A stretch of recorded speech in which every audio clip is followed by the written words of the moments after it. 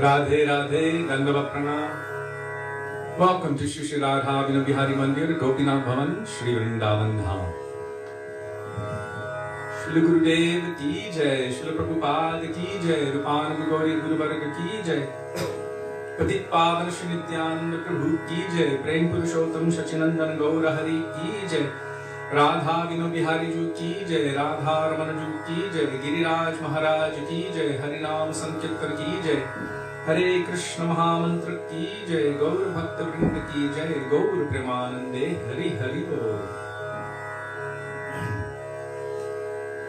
So Dandavat Pranamo Vaishnavas. We will begin, as we always do, with Mangalacharan, page 1 of this book, Shri Gauri Gita Vandeham Shri Guru Shri Yuta Padakamalam.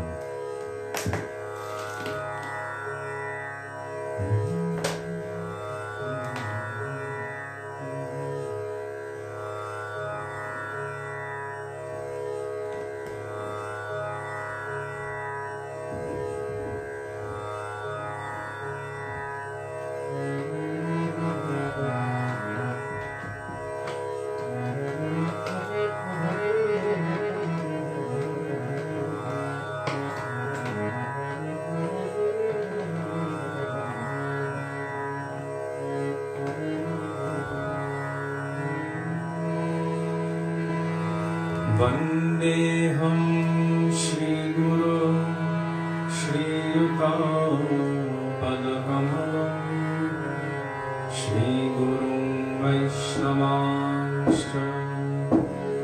Shri Rupam Sagrajatam Sahavana Raghunatanvitam Tam Sajivam Sadvetam Savadhutam Parjana Sahitam Krishna Chaitanya Devam Shri Radha Krishna Padam Sahaganam Vanita Shri Vishakam Vikanshtam Om Ajnanathimiranthasya Jnananjana Shalakaya Chakshurunmilitam Yena Tasmai Shri Gurave Namaha Namo Vishnupadaya Radhikaya Priyatmane Shri Srimad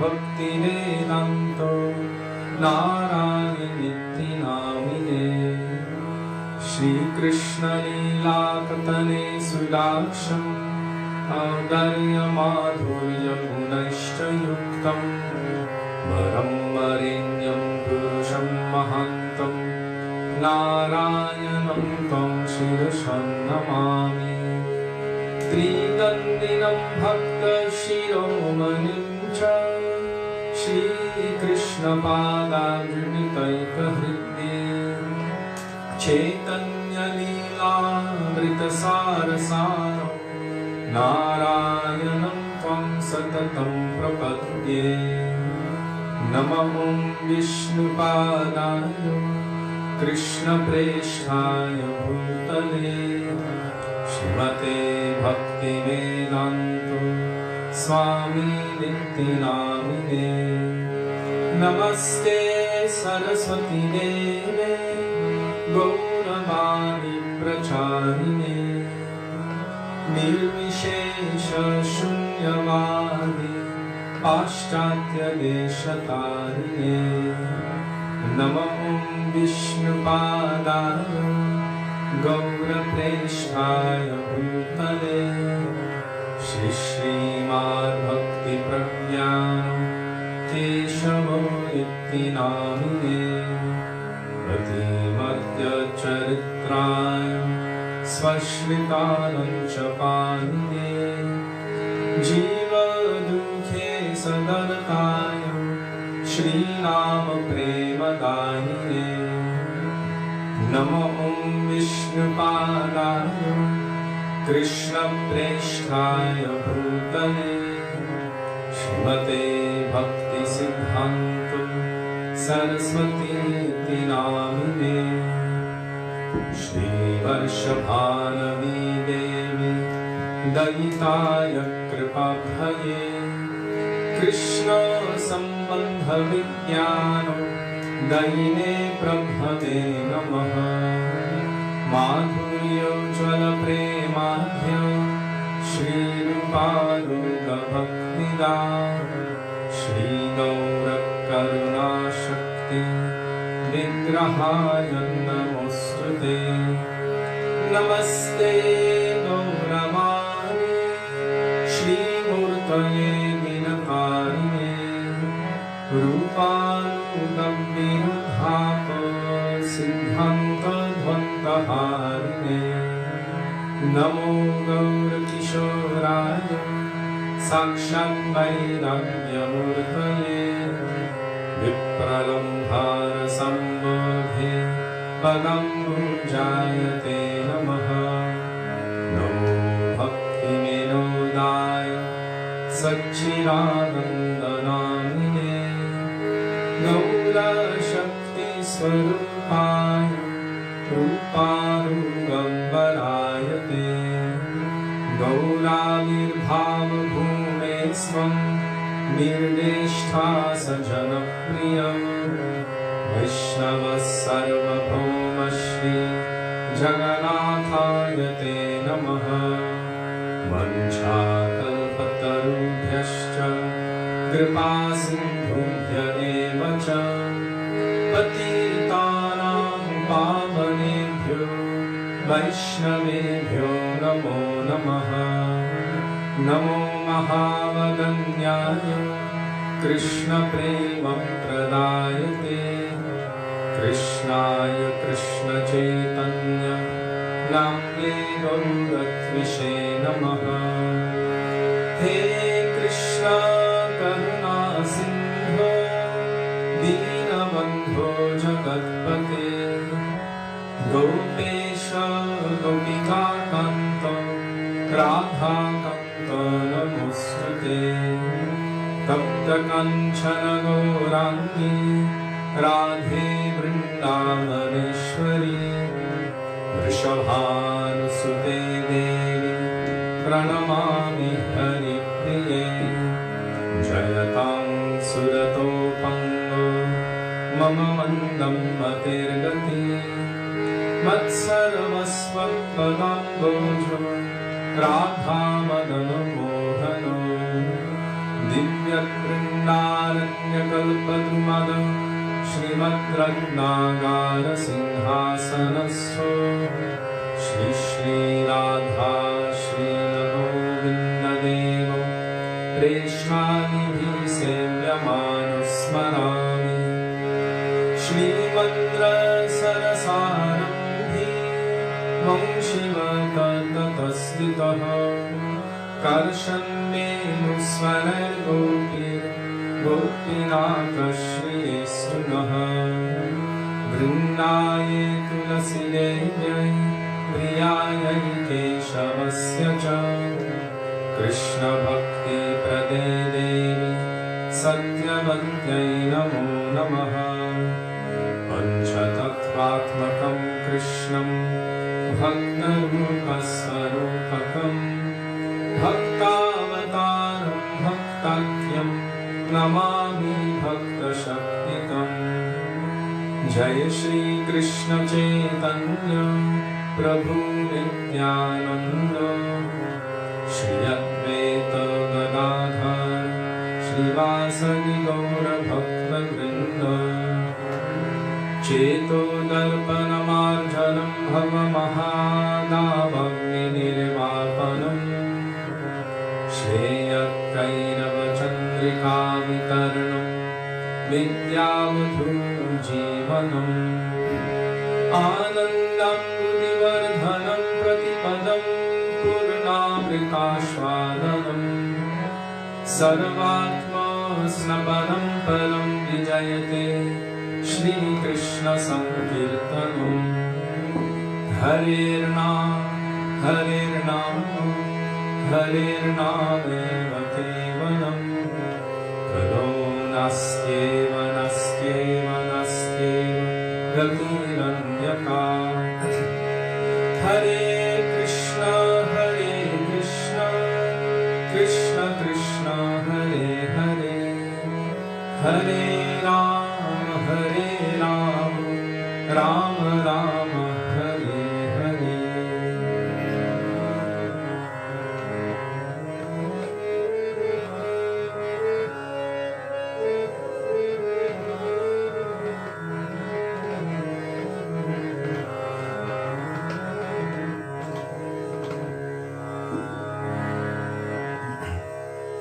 Shri Guru Charana Kamala Bhajan.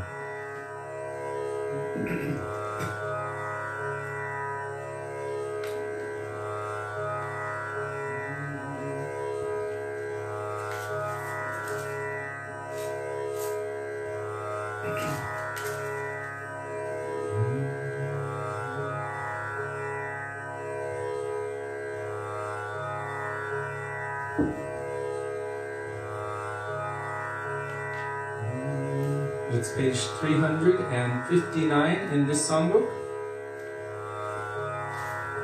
Dandava Pranama Vaishnavas.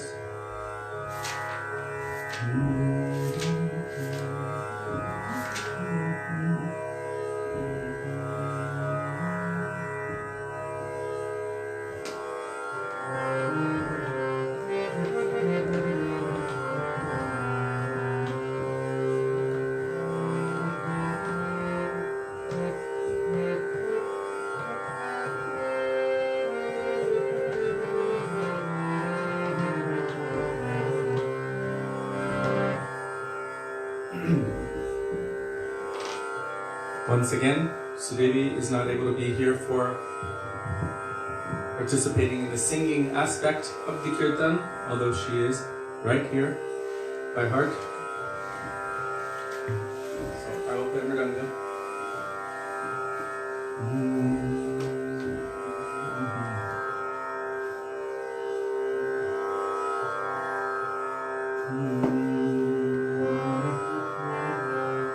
Shri Guru Charana Kamala Bhajaman. Shri Guru Charana Kamala Bhajaman. Guru Charana Kamala Bhajaman. Charana Kamala Bhajaman. Charana Kamala Bhajaman. Charana Kamala Bhajaman. Shri Guru Charana Kamala Bhajaman. Shri Guru Charana Kamala Bhajaman. Guru Kripa Bina Nahi koi sadhan na. Guru Kripa Bina Nahi koi sadhan na. Bhaja mano bhaja anusha. Bhaja mano bhaja anusha. Shri Guru Charana Kamala Bhajaman. Shri Guru Charana Kamala Bhajaman. Milta nahi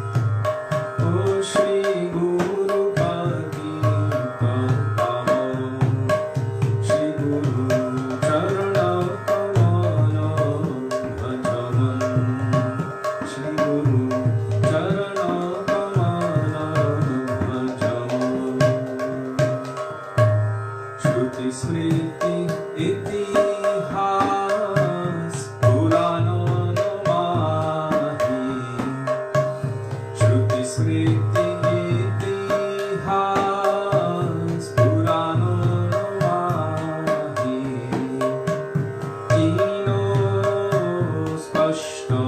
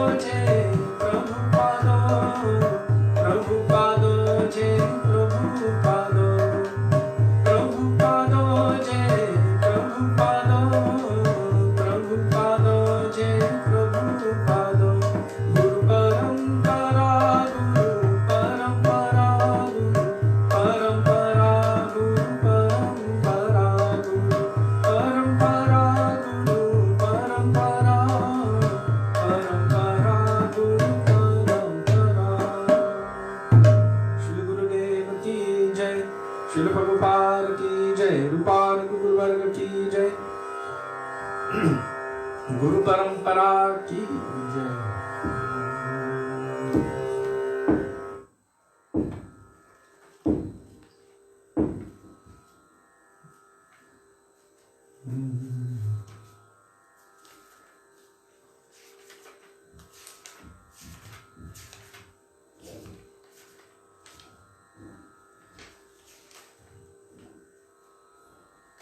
Thakur Vaishnavagana Kori E Nivedana, page 43.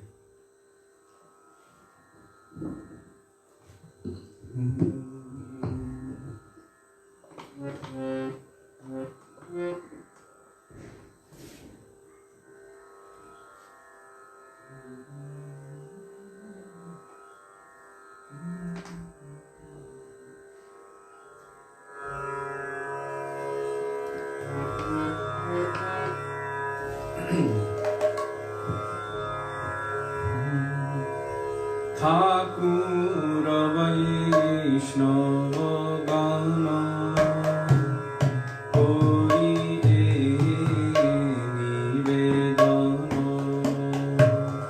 Thakur Vaishnava Gana Kori E Nivedana Movaroya Dhamma Duracha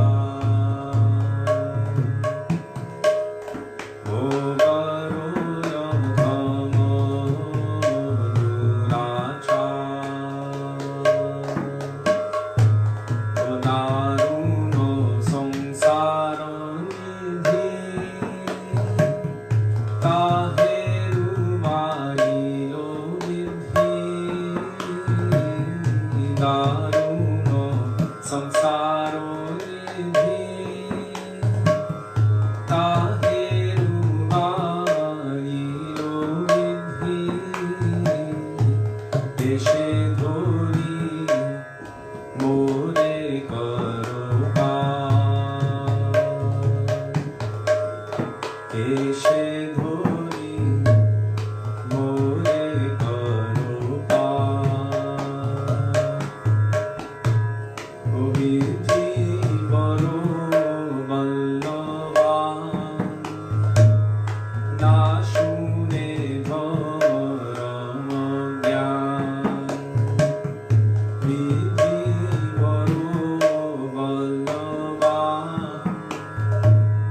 na shune dharam gyan sadai pashe bandhe sadai pashe bandhe na dekhi karon desha jato dekhi sab klesha na dekhi karon desha jato dekhi sab klesha অনাথ কার করেতে কান্দে অনাথ কাতরেতে কান্দে কাম ক্রোধ লোভ মোহ মদয় অভিমান সহ কাম ক্রোধ লোভ মোহ মদয় অভিমান সহ আপন স্থানে পানে আপন স্থানে পানে ওই জন আমার মন তীরে যেন অন্ধ ওই জন আমার মন তীরে যেন অন্ধ সুপথ পথ নাহি জানে সুপথ বিপথ নাহি জানে নারায়ণ সতমত অসতে মজিল চিত্ত নারায়ণ সতমত অসতে মজিল চিত্ত তুয়া পায়ে না করি উদাস তুয়া পায়ে না করি উদাস তরতর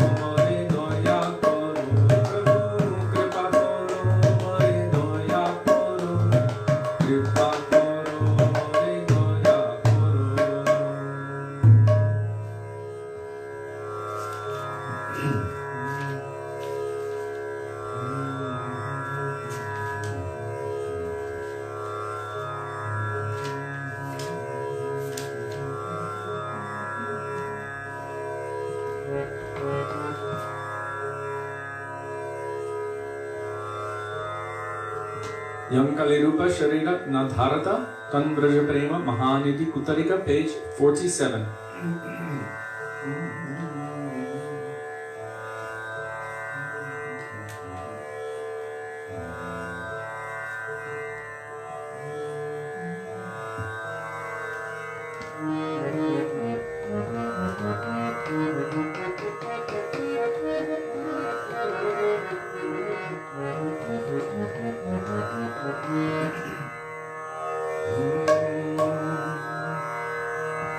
Shri Goswami Prabhu ki jai.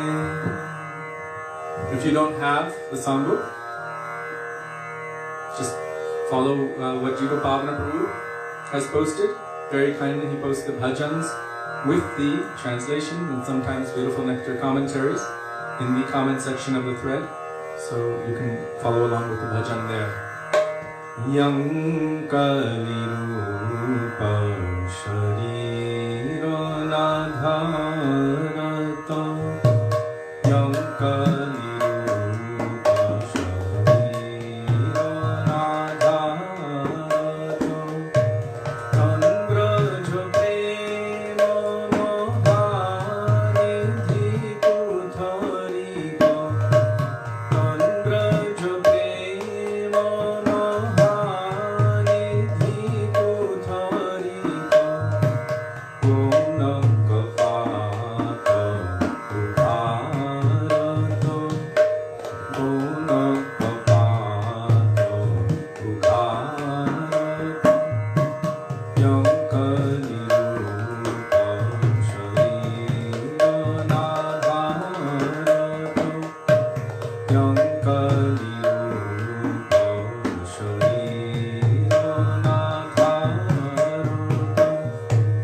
Nirakira Hansano Anavidhayano Nirakira Hansano Anavidhayano Gunapreta Pakaripayano Gunapreta Pakaripayano Kosabhata Jivhaji Vrindavana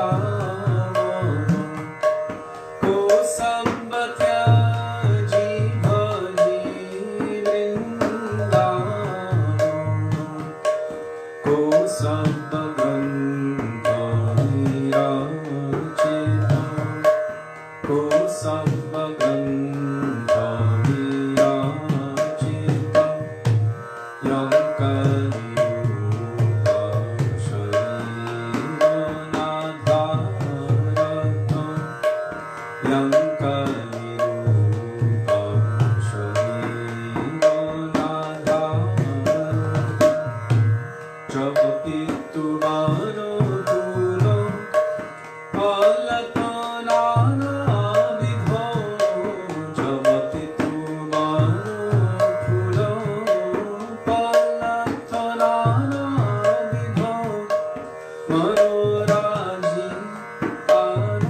Arovinda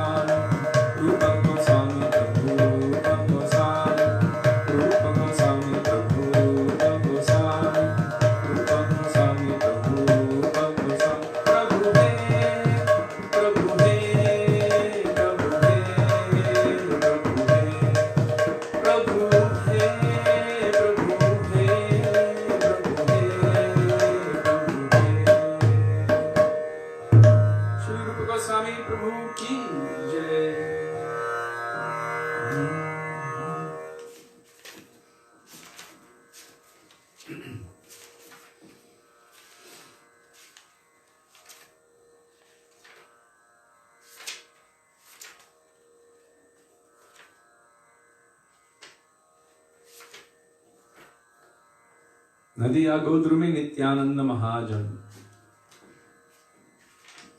Page 163 in this songbook. Nadiya Godrume Nityananda Mahajan.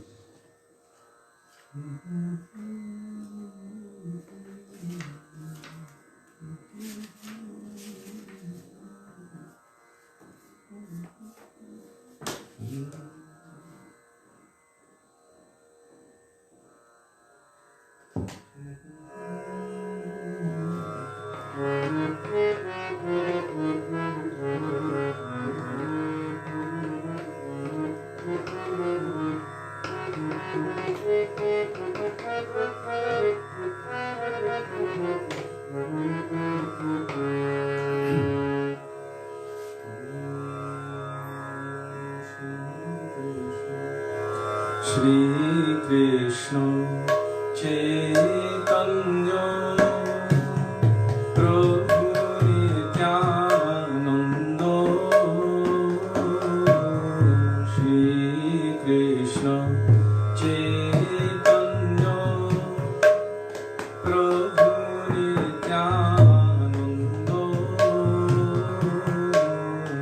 Shri Advaita Gadadhar Shivasadi Gaur Bhakta Vrinda Shri Advaita Gadadhar Shivasadi Gaur Bhakta Vrinda Shri Krishna Chaitanya Prabhu Nityananda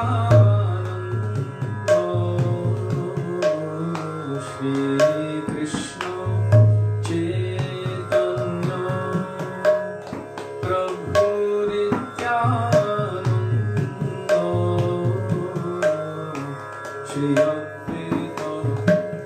Shri Advaita Gadadhar Shivasadi Gaur Bhakta Vrinda Shri Advaita Gadadhar Shivasadi Gaur Bhakta Vrinda Shri Krishna Chaitanya Prabhu Nityananda Shri Krishna Chaitanya Prabhu Nityananda Shri Advaita Gadadhar Shivasadi Gaur Bhakta Vrinda Shri Advaita Gadadhar Shivasadi Gaur Bhakta Vrinda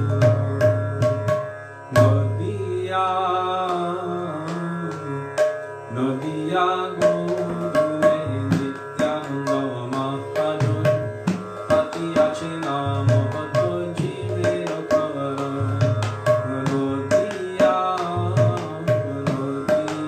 Godrume Nityananda Mahajan Pati Ache Naam Bhato Jive Rakara Shradhavan Jana He Shradhavan Jana He Shradhavan Jana He Shradhavan Jana He Pati Ache Naam Bhato Jive Rakaram Pati Ache Naam Bhato Jive Rakaram Nadiya Godrume Nityananda Mahajan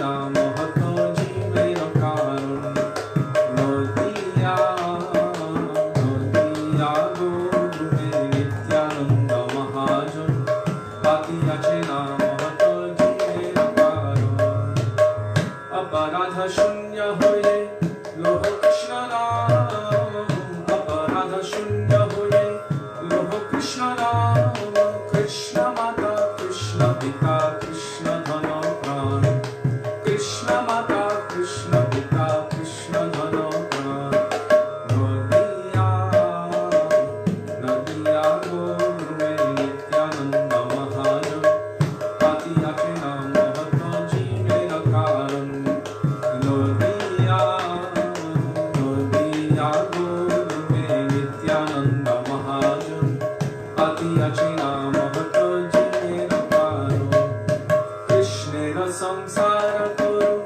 चारि अनाचार कृष्णेर संसार करो चारि अनाचार जीवे दया कृष्ण नाम सर्वधर्म सार जीवे दया कृष्ण नाम सर्वधर्म सार नदिया नदिया गोरुमे नित्यानंद महाजन पातियाचे नाम महत जीवेर कारण नदिया नदिया गोरुमे नित्यानंद महाजन पातियाचे नाम महत जीवेर कारण श्रद्धावन जन हे श्रद्धावन जन हे श्रद्धावन जन हे श्रद्धावन जन हे पातियाचे नाम महत जीवेर कारण पातियाचे नाम महत जीवेर कारण नदिया नदिया गोरुमे नित्यानंद महाजन पातियाचे नाम महत जीवेर कारण नदिया नदिया गोरुमे नित्यानंद महाजन पातियाचे नाम महत जीवेर कारण निताय निताय निताय निताय निताय निताय निताय हे निताय निताय निताय निताय निताय निताय निताय हे निताय निताय निताय निताय निताय निताय निताय हे निताय निताय निताय निताय निताय निताय तू निताय निताय निताय निताय निताय निताय निताय हे निताय निताय निताय निताय निताय निताय निताय हे निताय निताय निताय निताय निताय निताय निताय हे निताय निताय निताय निताय निताय निताय हे गौरव हे निताय हे गौरव हे निताय हे गौरव हे निताय हे गौरव हे पतित पावन श्री नित्यानंद प्रभु की जय प्रेम पुरुषोत्तम सचिनंदन गौर हरि की जय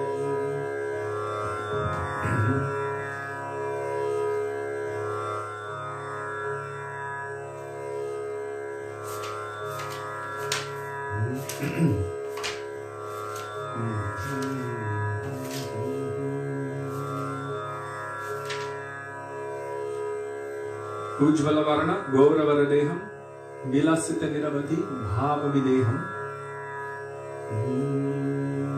page 270 270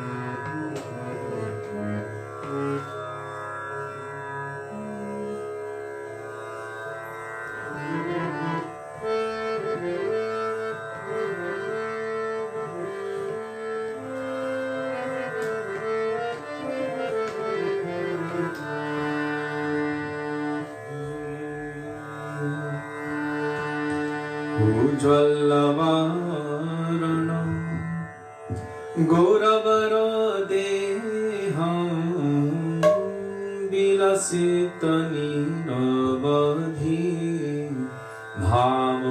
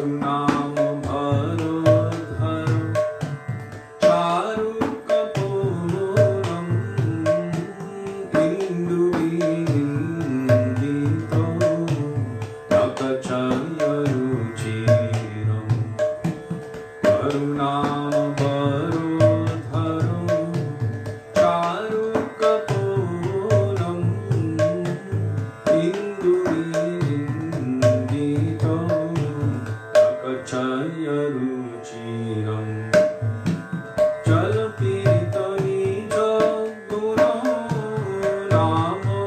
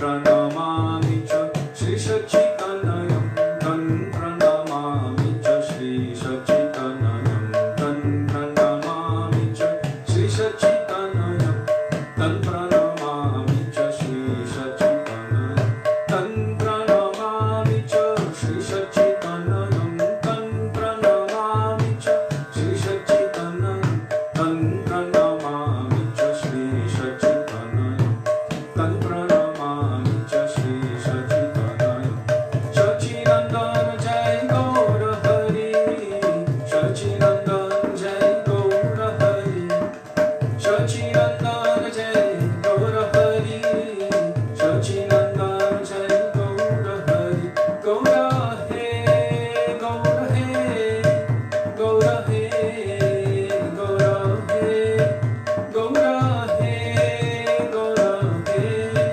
Gaura He Gaura He Shri Sachidandan Gaura Hari ki Jai.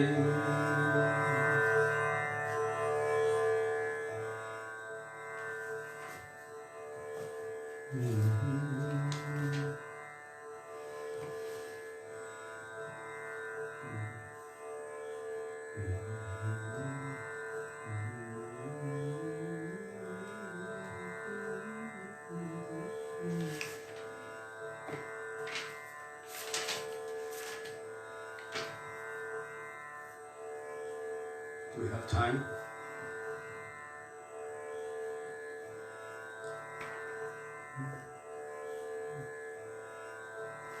Shri Krishna Chandrashtakam, page 282. Ambudan Janendra Nila Nintikanti Dambara.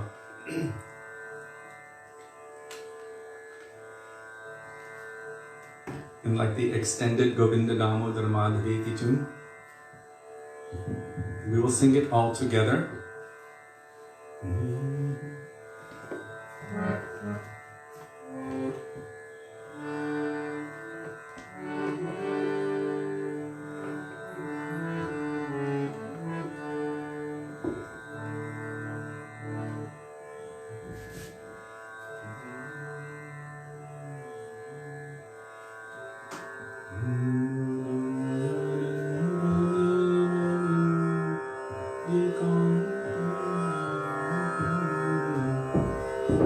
So slow, all together.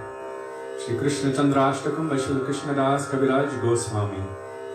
Ambudan Janendra Nila Nindikanti Dambara Kumkumo Jadarka Vidyu Amshudevya Dambara Srimad Charachitendu Pitanaka Chandano Sangridasya Dostu Mesa Balavendra Nandana Kanda Tandavati Pande Tanda Jesha Kundalash Chandra Padma Shandagarva Kandanasya Mandana Vallavishu Vardhitatma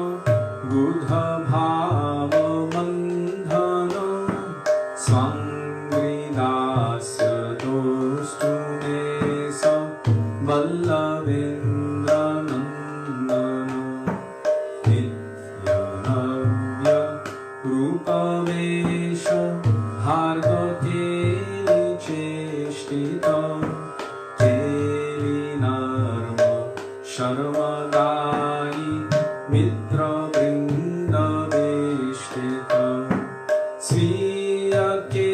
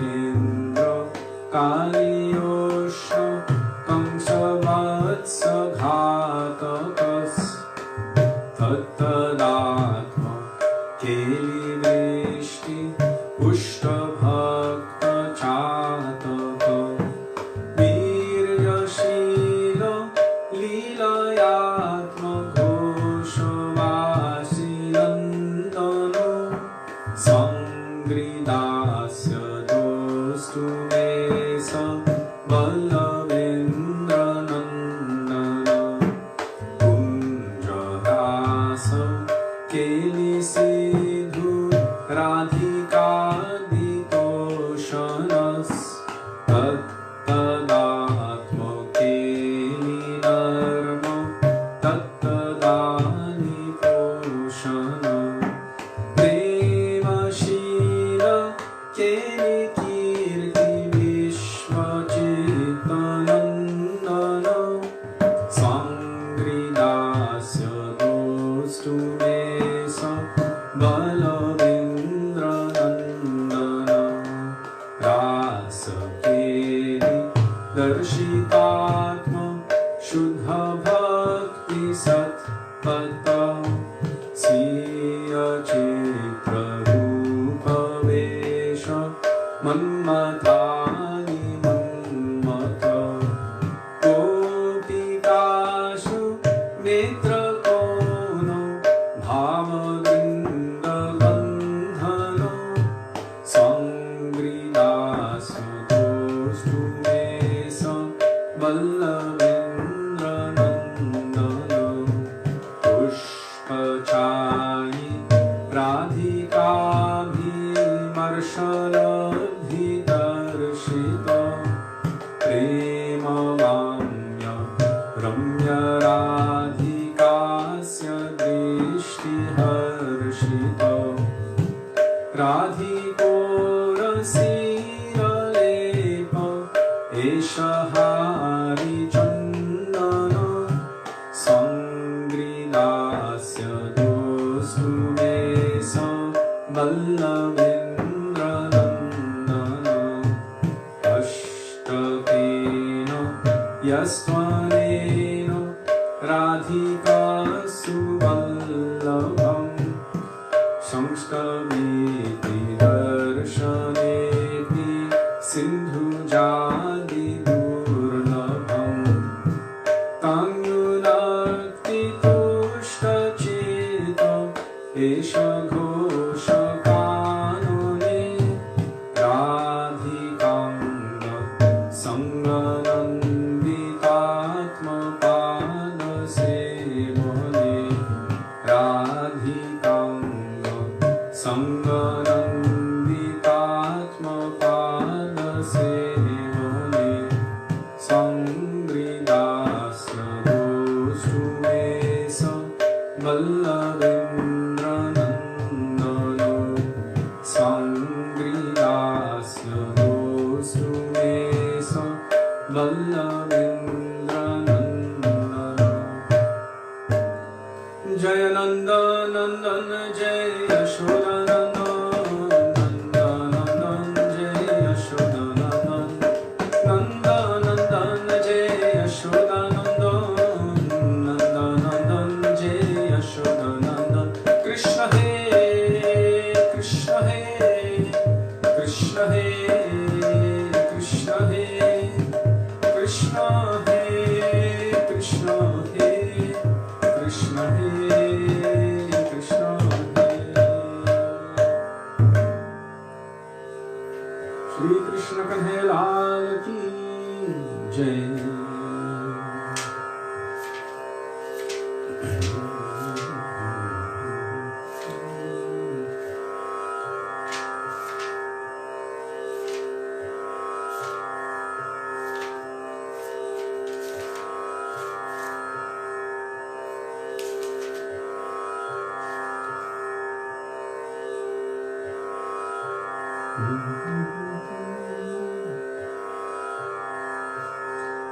Kalayati Nayanam, page 342.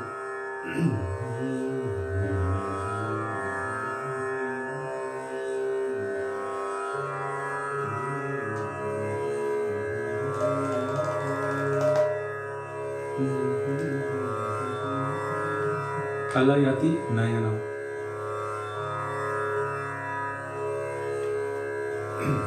342.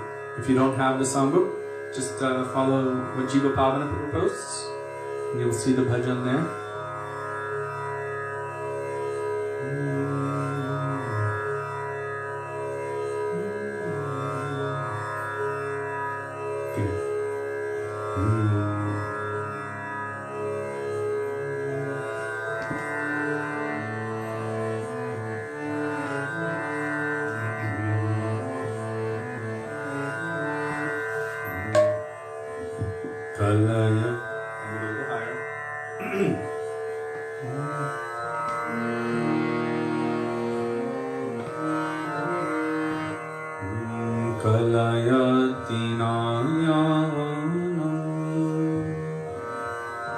Deshi deshi manitam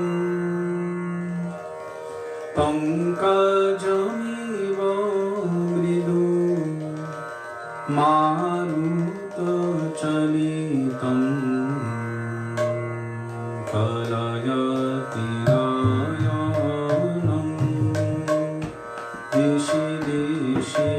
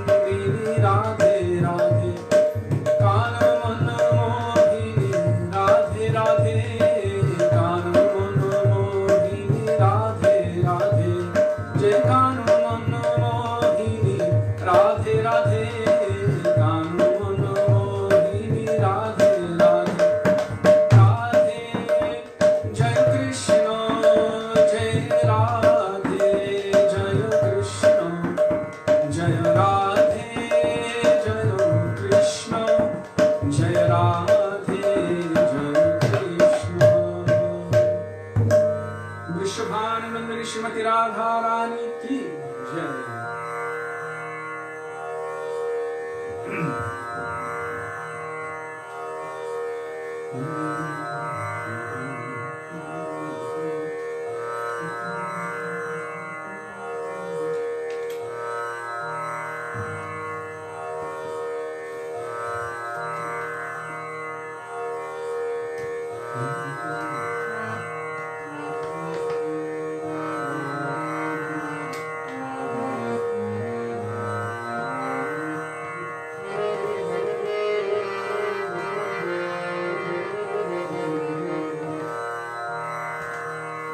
I have to stop the tambura so I don't accidentally sing the morning tune because I'm stuck in a major scale in my mind. 1 minute.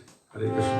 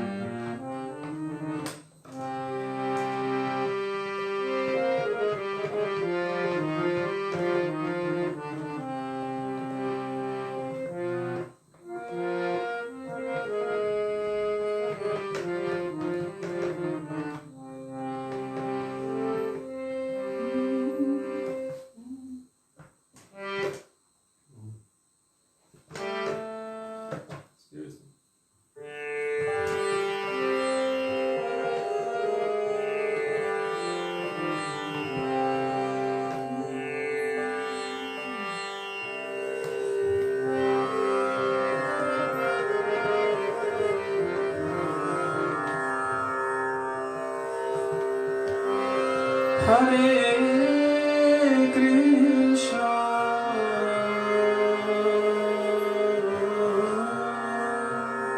Hare Krishna,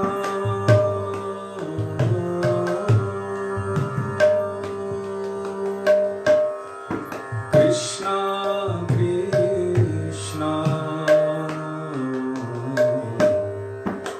Hare Hare.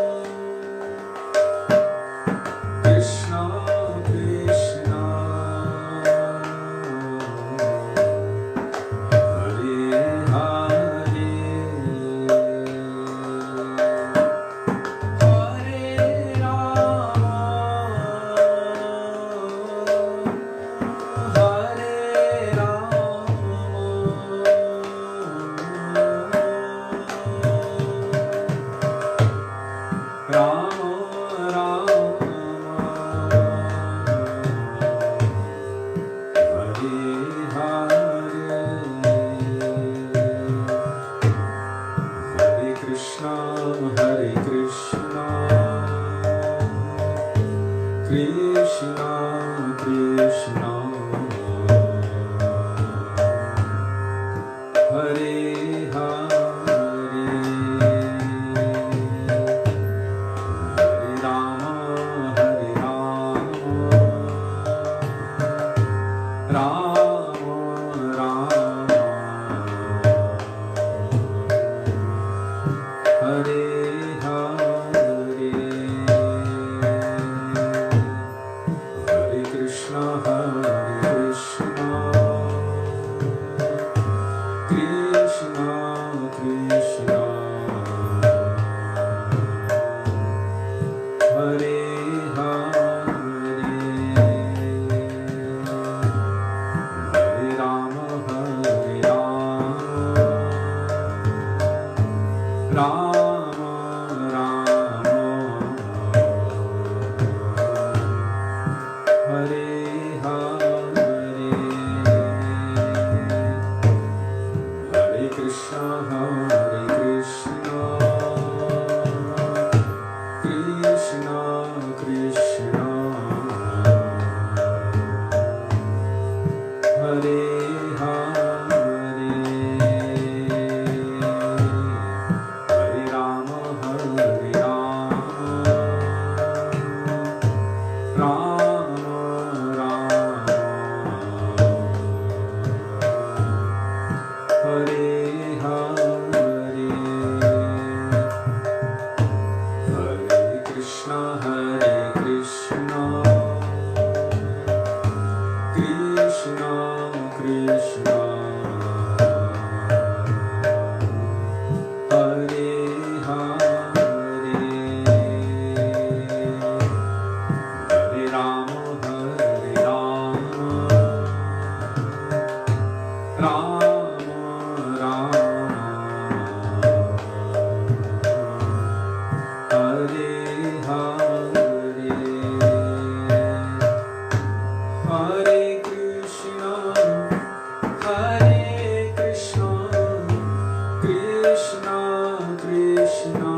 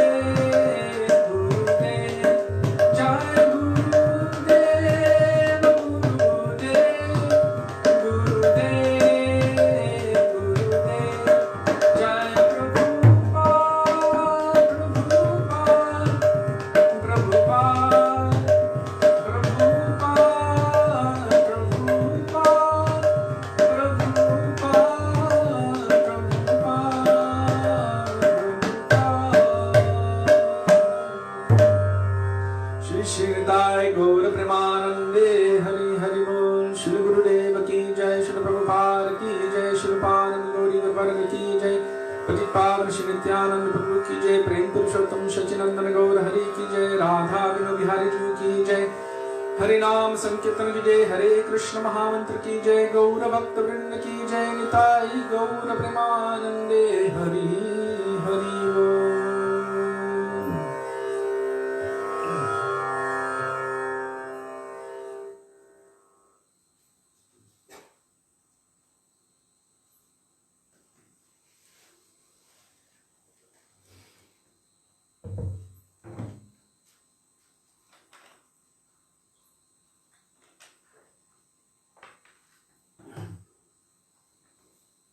When I was singing that, I was remembering Srila Gurudev, because we sang it for him so many times.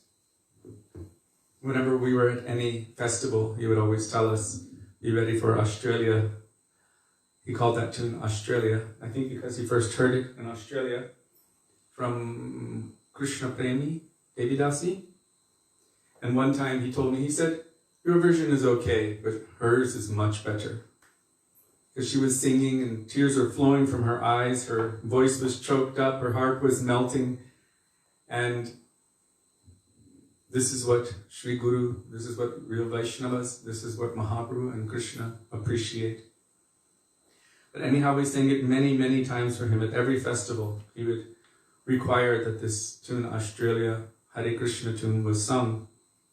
And he would even call Sudevi in the microphone. And then he would tell her to come forward and she would have to sit next to me, and then we would lead that kirtan. Many years ago when we were in the Bay Area in San Francisco, at that time Srila Gurudev was having the devotees sing that tune of Hare Krishna. And somehow within that tune there was some udipana or stimulation within his heart to remember the moods of the gopis as they were searching for Krishna in separation. So as we were singing, we would come to a certain point and he would stop us, and then he would say, now the gopis are searching in this way and this way. There's a video of it, how his mood is so deep. What we do when we chant Hare Krishna and what they do when they chant Hare Krishna can be, and probably, most probably is, completely different, worlds apart. So I was just remembering how we would always sing that tune for him and how he would always request it. Gurave Gaurachandraya Radhikaya Tadalaye Krishnaya Krishna Bhaktaya Tadbhaktaya Namo Namaha Ajnanatimiraandhasya Jnananjana Shalakaya Chakshurun Militam Yena Tasmai Shri Gurave Namaha Namam Vishnupadaya Radhikaya Priyatmane Shri Srimad Bhaktivedanta Narayanitti Namine Namam Vishnupadaya Krishna Prishtaya Bhutale Srimate Bhaktivedanta Swaminiti Namine Vancha Kalpatarubhyascha Kripa Sindhubhya Evacha Patitanam Pavanebhyo Vaishnavebhyo Namo Namaha Shri Krishna Chaitanya Prabhu Nityananda Shri Advaita Gadadhar Shivasadi Gaur Bhakta Vrinda Hare Krishna Krishna Krishna Hare Hare Hare Rama Rama Rama Hare Hare Mukam Karoti Vachalam Pangum Langayate Girim Yat Kripatamaham Vande Shri Gurum Dinatarinam. First of all, I offer my Dandava Pranam thousands of times at the dust of the lotus feet of our beloved Gurudev, Nitya Lila Pravishta Vishnupad, astottara Shata Shri Srimad Shri Bhaktivedanta Narayan Goswami Maharaja, and the same thousands of Dandava Pranam in the dust of the lotus feet of Nitya Lila Pravishta Vishnupad, astottara Shata Shri Srimad Shri Bhaktivedanta Swami Shri Prabhupada, and to all of our Rupanuga Gauriya Guru Varga, and to all Vaishnavas, past, present, and future, including all of those who are present with us today, I offer my Dandava Pranam. Jor se bolo. Radhe Radhe. So when I just mentioned how the chanting of the pure devotee, there is a world of difference between their chanting and our chanting, this also brought up another subject, which is within that same domain. Sometimes Persons who have mundane vision see the activities of Sri Guru or the pure devotee and think, well, they're doing it, so what's the difference between me doing it and them doing it? This mundane vision of the pure devotee, as I mentioned the other day, is considered to be the greatest aparad or offense to the holy name. Gurur avagya. If one sees Sri Guru like an ordinary mortal, that means also bound in this material world like myself. And Srila Bhaktisiddhanta Saraswati Prabhupada says, how can you surrender to such a person? If you think they're bound like yourself, then how can you really surrender, submit, and trust that they can save you? So the conversation was over a very simple thing. Well, we're reading the newspaper and watching the news, and Prabhupada and Gurudev read the newspaper. So we're the same, in essence. Sri Chaitanya Charitamrita states quite conclusively that the Uttama Bhakta, or the pure devotee, they do not exactly see the material world and the workings of the material world. Rather, they see their Ishtadev present in everything. Ishtadev means their worshipful Lord, Krishna. They see Krishna present everywhere and in everything. So their vision, what they are seeing, although the external activity might look similar, can be millions and millions of light years apart in terms of the real conception of their heart. Because they see Krishna everywhere, present in everything. We have heard that way back in the day, before Srila Prabhupada had all of his books available, he would pick up the almanac and start reading from the almanac. And then he would lecture based on the little bit that he read and speak all about Krishna and the nature of the soul and bhakti and everything. In other words, he sees Krishna everywhere. Krishna says, for one who sees me everywhere and sees everything in me, I am never lost to them, nor are they ever lost to me. So we should not misunderstand that the transcendental activities of the pure devotee is the same as my mundane activity. Then the question may come, but they are acharya, they are teaching by their example. So I saw Gurudev looking at the paper every day, therefore I should look at the paper every day. Our Guru Varga have instructed, Gramya kathana shunibe. Don't waste your time in all of these things. It's fine to be aware and alert of the workings of what's going on around us. There are riots, be careful, don't go outside. That's common sense. To become absorbed and obsessed in and then flipping from page to page, looking at the sports scores, then what are the latest movies, then what is going on here. Oh my God, we know what just happened in America because it popped up on our phones. We couldn't help it. But I'm looking for something else. I'm looking for the direct quote from Sri Chaitanya Charitamrita. Here we are. Madhya Lila 8.274. The Mahabhagavat, the advanced devotee, certainly sees everything mobile and immobile. But he does not exactly see their forms. Rather, everywhere he immediately sees manifest the form of the Supreme Lord. Now we can check our own pulses and see, is this our nature? Do we see the Supreme Lord present everywhere? Are we always ready to serve at every moment? Or are we looking at the environment for the purpose of extracting or exploiting it for our own enjoyment? There's a grand difference between that vision and our vision, or the mundane vision. In his purport, Srila Prabhupada, A.C. Bhaktivedanta Swami Prabhupada begins, due to his deep ecstatic love for Krishna, the Mahabhagavat sees Krishna everywhere and nothing else.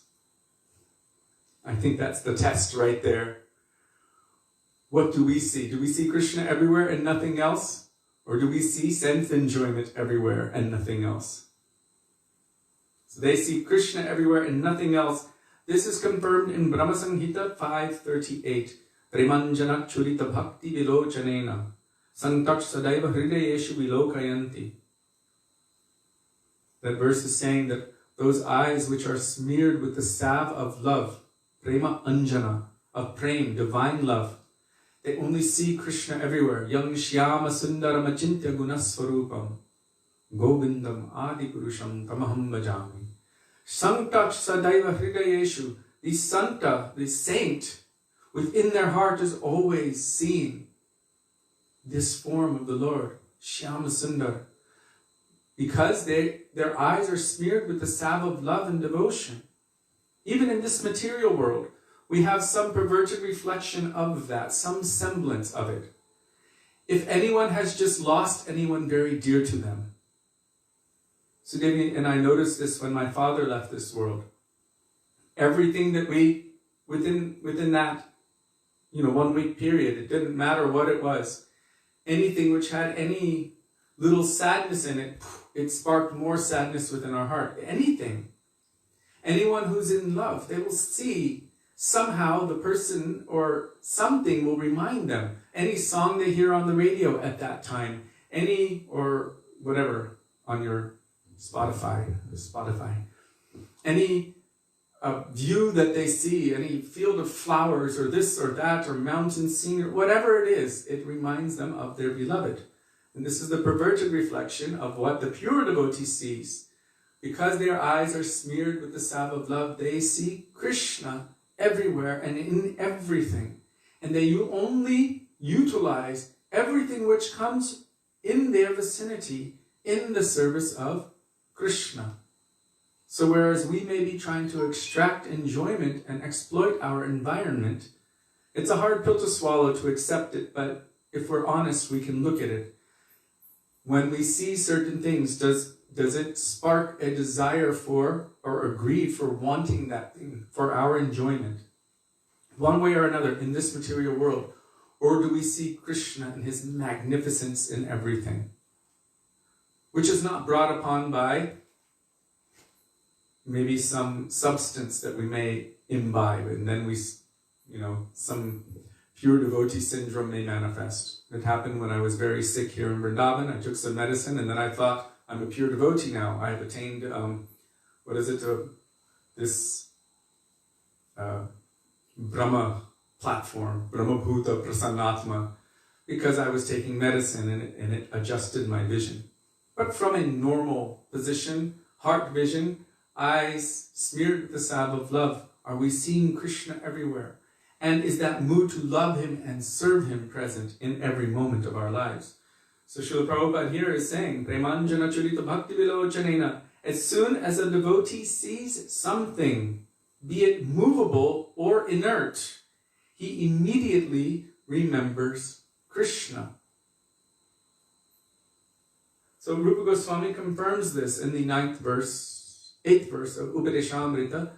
Tannama rupa charitari sikirtananus vrityo kramena rasanamanasin niyojya tishtan brajetad anuragi janaragami kalam nayad akilam ityupadeshasaram. Kalam nayad means without cessation, constant, steady flow of Krishna's names, forms, qualities, and pastimes are manifesting in the heart of that pure devotee. Because their heart is saturated with love and affection for Krishna. Where Srila Bhaktivedanta Trivikram Maharaj, the godbrother of our Srila Gurudev Bhaktivedanta Narayan Goswami Maharaj, he was asking, why do we not like to love Krishna? Why? Because we've only known what is for our own pleasure, our own selfish sense gratification. And really to love Krishna means nothing for myself, everything for him. Right? As Mahaprabhu says in the last verse of Sri Shikshashtakam, nothing for myself, everything for him. Mat prananatas sa eva naparha. You can do whatever you like with me, but you are always the beloved of my life. Nothing will change or break that, no matter what. So this is the testament of pure devotion versus partial, mixed, or even pretense of devotion. That every moment and everything is exclusively utilized in the service of Krishna, whereas we are different. So yes, the reading of the newspaper of the pure devotee is different than the reading of the newspaper of us. When the pure devotee will see something on television as they're walking past, they shouldn't be, generally, you don't find that they would be sitting at home in their private space, the pure devotee, watching and enjoying material television.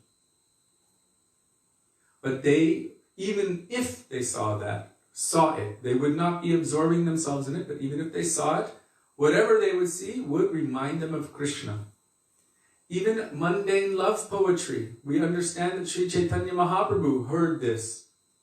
It was a song, mundane love poetry, but it reminded him of the meeting of Srimati Radhika and Krishna in Kurukshetra. So what he thought of was Radha and Krishna, what we think of as our own Leelas, the separation from the first girl or boy that we've ever had love, of expression of love for. Oh, remember that time when my heart was so soft, when it was breaking, and we start meditating on our own pastimes. But immediately they see everything in relation with Krishna. How to dovetail that mindset, the mundane mindset, toward that mindset, that only comes by association with these personalities.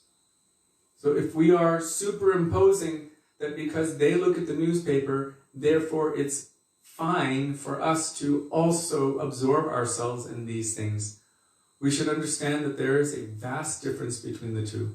For them, everything will only remind them of Krishna. For us, we will easily become wrapped up and absorbed in Gramya Katha, worldly Katha, and what will happen to us as a result is that our bhakti will diminish and we will be pulled into asat sangha, or material consciousness. Whereas by their own approach, who knows what they're doing? Maybe they're seeing, oh, this is going on, this is going on. Okay, now is the time for us to take over and spread Krishna consciousness. Have you seen that picture of Gurudev in Fiji? There's a few devotees around him and he's pointing at different places on the map. At that time, the devotees were talking, okay, where are you going next? And they're showing him different places on the map. And many of those places he hadn't gone to yet. But he was going to those places. And it looks like he's looking at a map, but what is his purpose? To somehow bring Krishna, to give mercy, to share Krishna. Coming out of Vrindavan physically for our benefit, to help to bring us to Vrindavan. Whereas when we go to all of these different places, what do we go for? We go to enjoy the sights, to eat the ice cream, to go and sample this vegan dish and that thing and everything else, to have fun, to party, to laugh, to take photos and everything else. Now, Srila Gurudev, he was in Australia and he had heard about the kangaroos. He had heard about them. And maybe seen pictures, but he wanted to see one for himself in real life.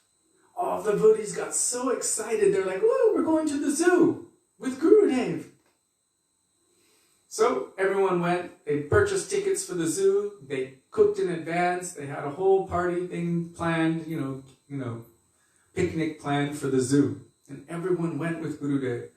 Gurudev went straight to the zoo, straight to the kangaroo pasture, looked at them for a little while, was studying them, then said, okay, I'm ready to leave. And they're like, but everyone just bought the tickets. But Gurudev was done. He just went to see that and he left. And you hear in his Harikatha how he used this kangaroo as an example.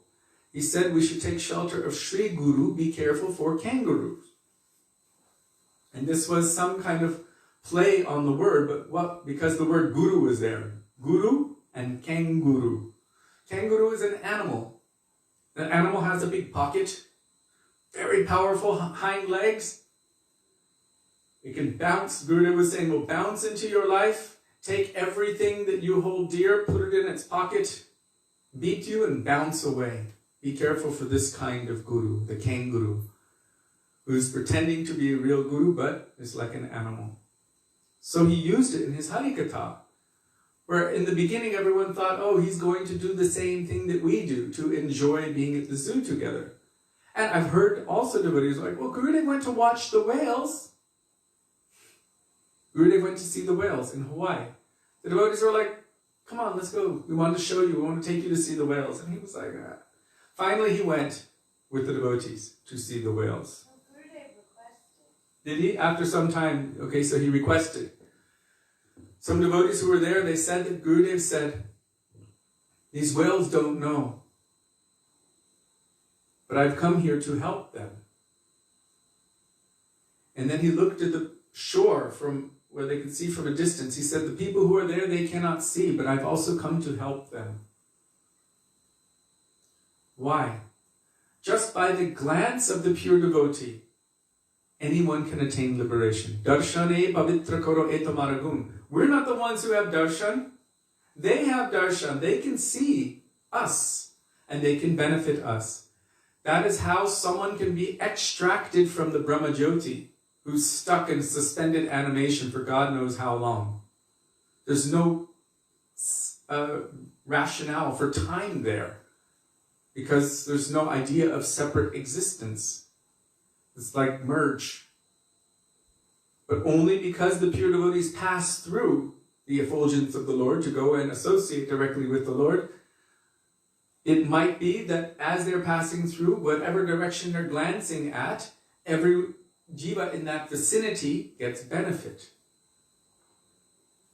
This I have read in our scriptures.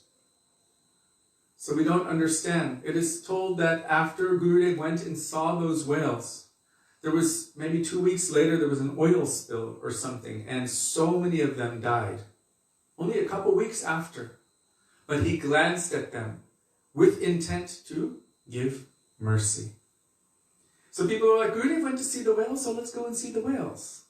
What is his purpose and what is our purpose? Our purpose is to go and admire them and to see their magnificence and their beauty and everything. And his purpose is to help them to come out of samsara, to give them a chance to make progress and to enter the path of bhakti. So we should not superimpose our mundane ideas or ideals upon the pure devotee. Yesterday, was it? Yes, I just read.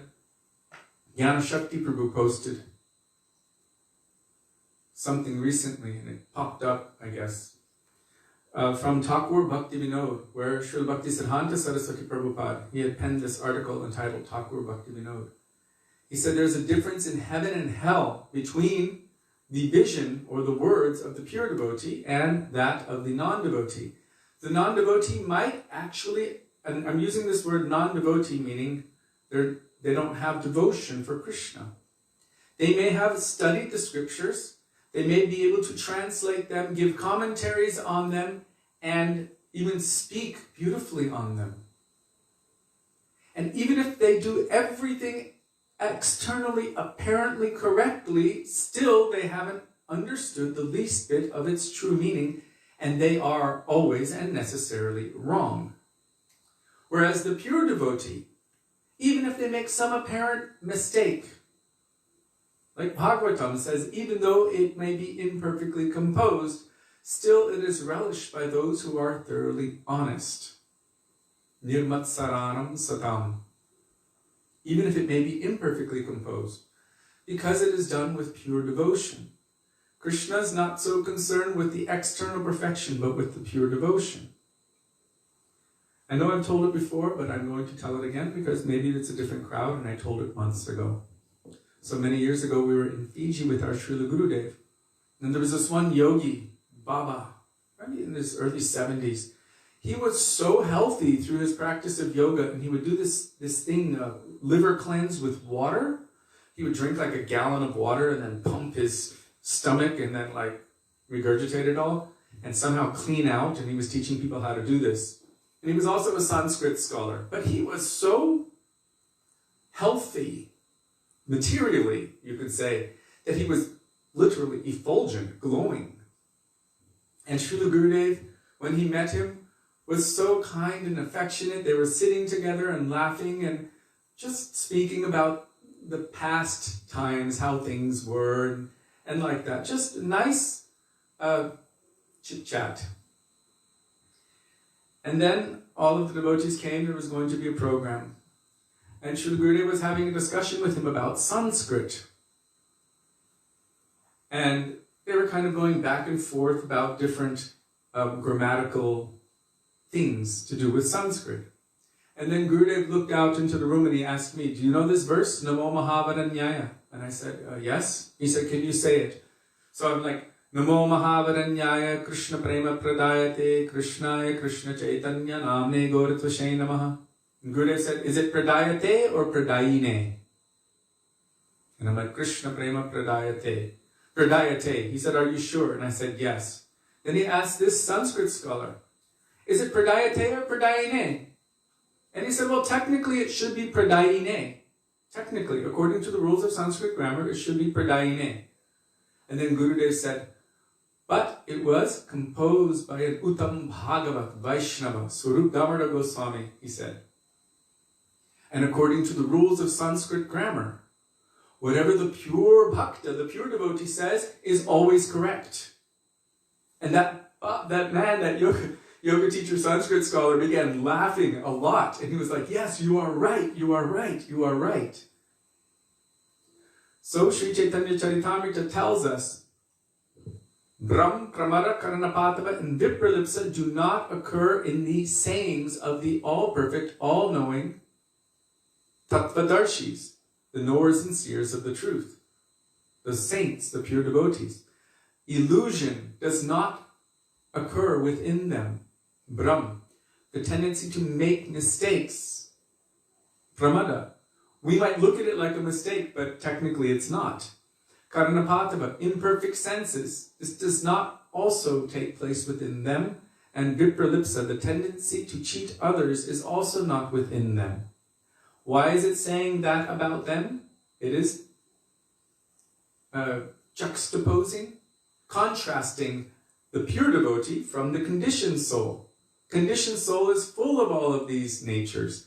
The tendency to come under illusion, the tendency to make mistakes, having imperfect senses, and the tendency to cheat others.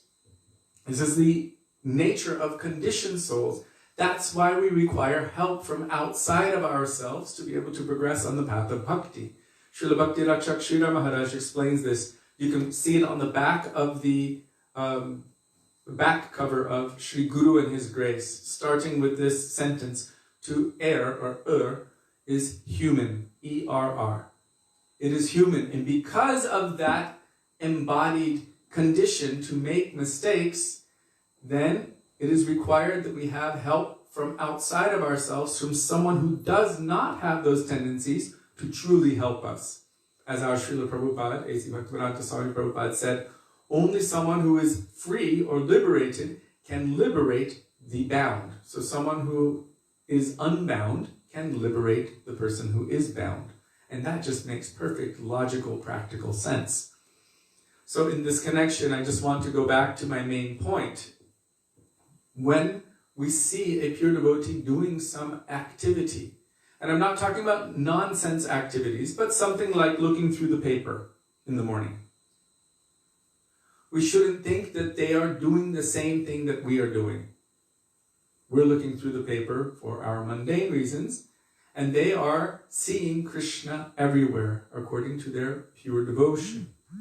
So it is not really our function to exactly copy what the pure devotee is doing, or Krishna for that matter. But our function is to strictly follow the order, the instruction of the pure devotee and Krishna. Most of the time, we see that they are teaching by their own example, but even then, can we follow their own example? When they are chanting 3 lakhs of Harinam every day, when they're constantly traveling at the age of 70, 75, 85, 90 years old around the world from place to place to place, not resting and giving classes every day and darshans all day and sharing about Krishna, helping thousands and thousands with all of their problems. Could we handle that? If we had heart attacks and this and that, are we going to travel around the world, or are we going to be in one place and try to look after our bodies? Are we 100% surrendered to Krishna? What Lord Shiva can do is different than what we can do. He can take poison and keep it here in his throat. That same poison, if we were to take one microscopic particle of it, would instantly kill us, maybe thousands of us. So generally, yes, the Acharya teaches by their own example. But more importantly for us, we should try to follow the instruction of the pure devotee. The instruction of the spiritual master is the life and soul of the disciple. So now, I actually want to go beyond Vaikuntha a little bit with you. I just have to double check and see somehow this shut off. I want to see if there's any comments or questions or additions which... Okay.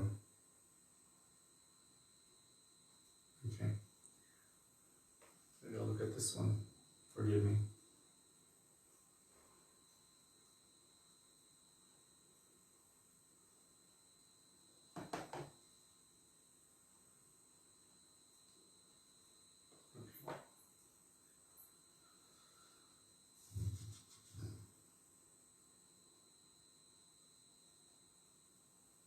Sudevi. Okay.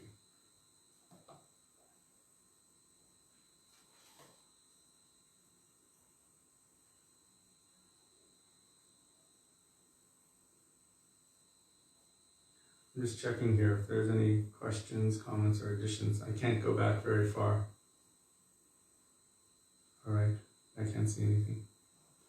All right, from here, we will continue together, going beyond Vaikuntha. We actually have a little bit of time to do so.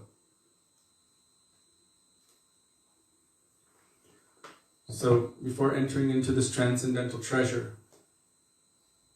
which is in the form of a book, we will pray to the author of the original book, Sri Sanatan Goswamipada, who has manifested Sri Brihad Bhagavatamrita through his divine vision, as he is the Tattvadarshi. And the commentator, our Srila Gurudev, this is one of his commentaries on this book, the section of Gopkumar's journey from sadhak to siddha, perfection. So before entering into this beautiful treasure and viewing all of the jewels inside, we will pray to these two divine personalities in the words of Raghunath Das Goswami. Vairaga Juga Bhakti Rasam Prayatnair Apayanam Anubhipshamandam Kripambadirvyapara Dukuduki Sanatanastvam Prabhum Ashrayami. Begging in the dust of their lotus feet that may even a particle of their moods, or many particles which are present within these pages, manifest within our hearts.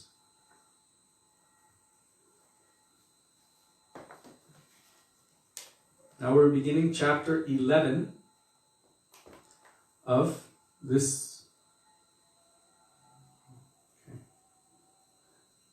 going beyond Vaikuntha, entitled The Proper Mood for Archan.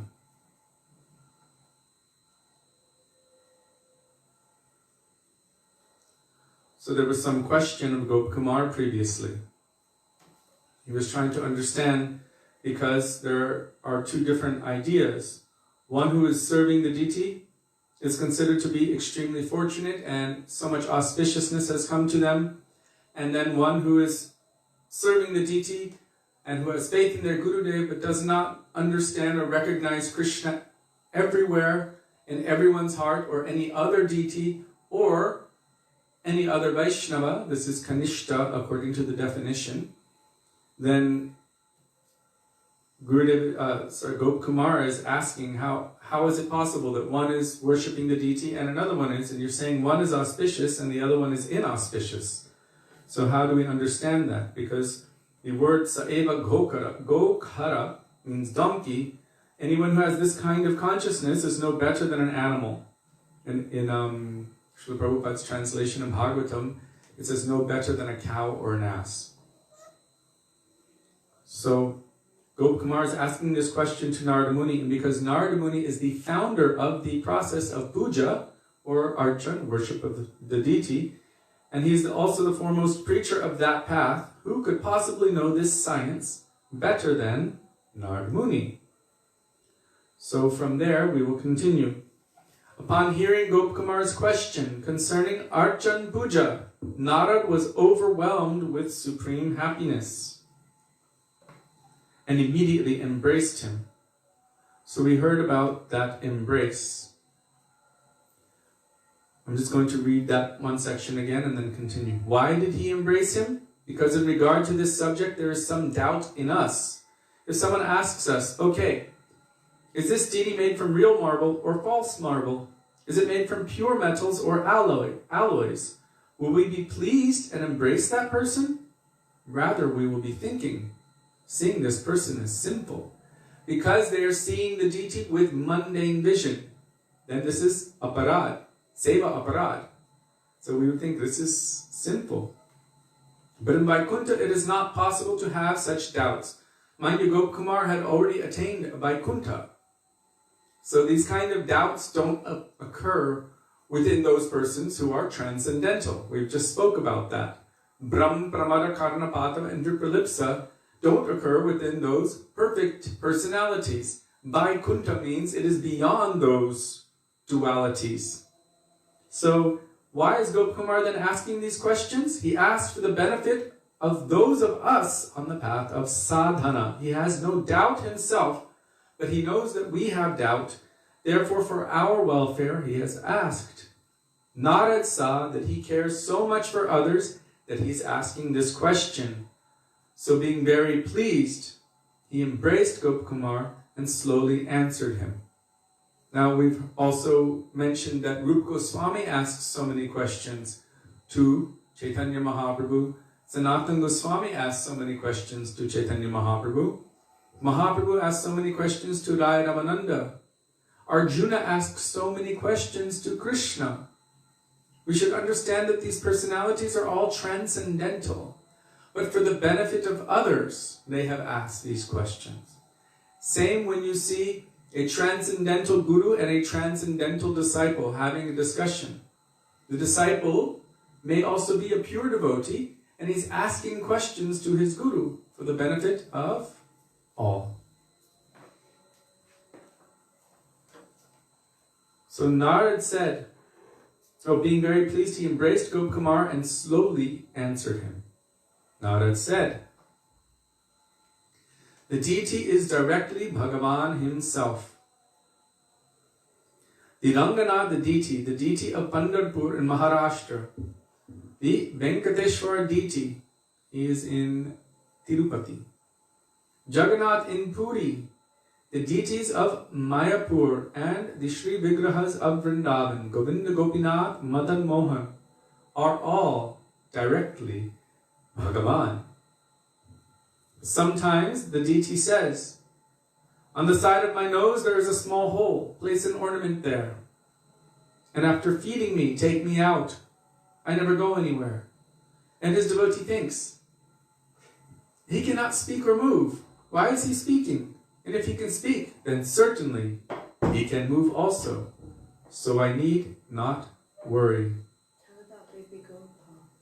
Such pastimes are performed by the deity. Can you tell? Okay. So, can they see him? Let me just see. Yes, they can see. Okay. So, you see that little baby there in red with the big turban in the corner? No, it's fine. They can see he's in the corner. I'll bring it over. Okay. Keep talking. So, sorry. this baby Gopal is no ordinary Gopal. We found him in a box along with lots of other gopis, but he's a baby and he was not being worshipped, and we were wondering where he came from. So one devotee had given him to a little girl. He had found this baby in Vrindavan, having done parikrama every single day for quite a long time. He noticed that one Baba, old Baba, would come out, place his Gopal next to Jamuna on the sand, and let him play for some time, and then later on he would come and collect him and bring him home. So after some years of seeing this, then he saw that this Gopal was there and he wasn't going home. He didn't see the Baba again, he just noticed this Gopal deity was there. So he became a little concerned. No one's taking care of this Gopal, he's just sitting there. This Baba's nowhere to be found. So I think it was 3-4 days. As he was coming, he was checking, he was looking, and there was no shift, nothing. This Baba had disappeared from this world. And so he took that Gopal, and he wanted to make sure he was properly taken care of, so he gave him to one young girl who was taking care of him for a little while, but then kind of became a little neglectful. And so we found him in that box. And Sudevi said, this is, what did you, the words you used? She said, I'm like a social worker. This is child neglect, so I'm going to take him on tour with us, and then if you want him, then you let me know, and next time we come through, we'll give him back. So this happened quite a few times. Anyhow, in the year 2010, at the end of 2010, on the very last day before Srila Gurudev's disappearance from this world, we didn't know, of course, that he was going to depart when he did, but Sudevi had this urge somehow that I want to bring this Gopal outside to see Gurudev. When he wanted to. Who? The baby wanted to see Gurudev. You know how people who have deities are, like they want to see, so she's thinking he wants to see Gurudev. And she's like, I'm not one of these crazy Hare Krishnas that does that kind of like, oh look, he wants to see Gurudev. So the urge was there, she felt that he wanted to see Gurudev, but she didn't do it. She kept him inside. After some time, her friend, Nandini, said, oh, I want to bring this Gopal to go, and he can go play with, what was her name? Vinita's Gopals. There was a devotee from Malaysia, I think? I'm not sure. Benita. She was the physical therapist for Gurudev at that time. So this girl brings her to go, this Gopal to go play with the Gopals of Benita. And Benita would put on like cartoons and have all the little snacks and everything for her Gopals, like little babies. And Gurudev really appreciated how she would take care of her Gopals. And then it was time for her to go, Benita, to go and do the physical therapy for Gurudev. So just as she was leaving, she said, wait a second. The baby wants to see Gurudev. So she picks up this baby Gopal right here and brings him into Gurudev's room and puts him on the bedside table. She said he wants to see Gurudev, so yeah. she took him. Yeah, I said that. She said he wants to see Gurudev, so she took him and placed him on the bedside table. And then she did the physical therapy for Gurudev. And afterward, when she was about to leave, she grabbed him from the table and she showed Srila Gurudev, look. And she showed him this Gopal. And Gurudev was just petting him. This was on the 28th, last day. Gurudev was petting him of December, 28th of December, 2010. Gurudev was just petting his head like this. And then he made his way back. And then Gurudev disappeared from this world, from our vision, that night, the following night. So you never know. Sometimes the urgency or the message is there. He made his own arrangement to somehow get in there and go and see Gurudev. And Gurudev was petting him and acknowledging him like that at that time. So I just wanted to share that. It was very beautiful and it was quite a special interaction. And then I realized you have to be a little mad to be a bhakta. Did you hear that? And she realized, you know, you got to be a little bit mad to really move forward on this path, that you got to listen and sometimes just go with that flow. The message came to her, I want to see Gurudev. She was like, no, no, no. And then he made his own way around this way, that way, went and saw Gurudev. So I just thought it was really beautiful. So, and that was one of these situations. He was, in essence, talking, saying, I want to go. And then she even said he wants to see Gurudev. And he went, and then Gurudev saw him, and Gurudev pet him, and then he came back. When I was young, one of my favorite kathas was this. Well, if he can speak, then certainly he can move also, so I need not worry. That katha was, if he can talk, he can walk. And many of us have heard the history of Shakshi Gopal. So it's a long history, but basically there was a Brahmin who had been traveling, and he met another younger Brahmin who had helped him so much and accompanied him. And he was so pleased with this Brahmin, this young Brahmin Seva, that he offered his own daughter, that I would like that you marry my daughter. So then he said, okay, just make the promise in front of the deity. So they went in front of this deity, who became known as Shakshi Gopal. This deity's name was Gopal at that time. And he vowed in front of the deity that I will give my daughter in marriage to this young Brahmin who has served me so nicely, whose qualities are so wonderful. So after some time, this Brahmin went to the house and he asked, okay, so I'm ready for marriage. You promised your daughter.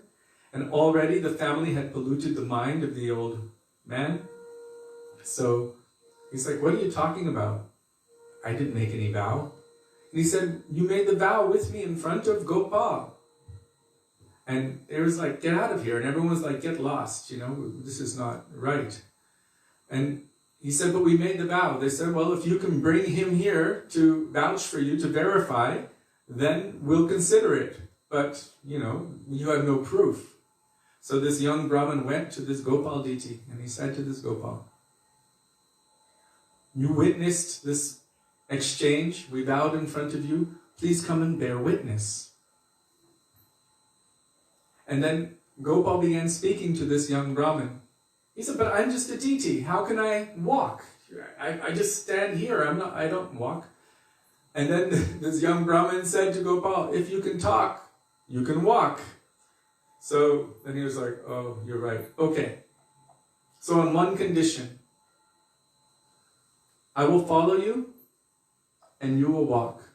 But if you turn around, then I will stop wherever you see me. He said, how will I know that you're following me? And he said, you will hear the sound of my ankle bells. So with great faith, this young Brahmin was moving forward. Mind you, if he went and spoke to the deity, and the deity spoke with him like that, and then began walking and following him, you should understand that he was a pure devotee of the Lord. So he was walking for quite a long time. And when he came to the outskirts of the village of the family whose daughter he was going to marry, suddenly he didn't hear any more ankle bells, and he became very concerned. Wait a second. He said that I could tell he's following me with the sound of his ankle bells. And he became frightened in his heart. Did he come? Did he not come? And he turned around to look, and immediately Gopal stopped right there where he saw him and was manifest in his form as a deity. Then immediately word went around the entire village. Oh, Gopal has come. He has come to bear witness. And then the whole family became quite ashamed and embarrassed. The father of that girl also had to admit defeat and apologize. And because Krishna had come, Gopal, he was very big and very heavy. There's no way that this Brahmin could have carried him like that, all that way. So because of this, then this Krishna was the witness. Gopal was the witness of this promise. So a beautiful, lavish wedding ceremony was done, and his daughter was married to this young Brahmin. But the point was, Gurudeva is saying here, and this devotee thinks, he cannot speak or move. Then why is he speaking? And if he can't speak, then certainly he can move also. So I need not worry.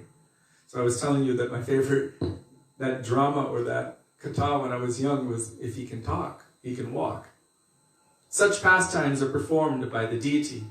Sometimes he asks for an ornament, and sometimes during the night he comes to a devotee in a dream and speaks with him.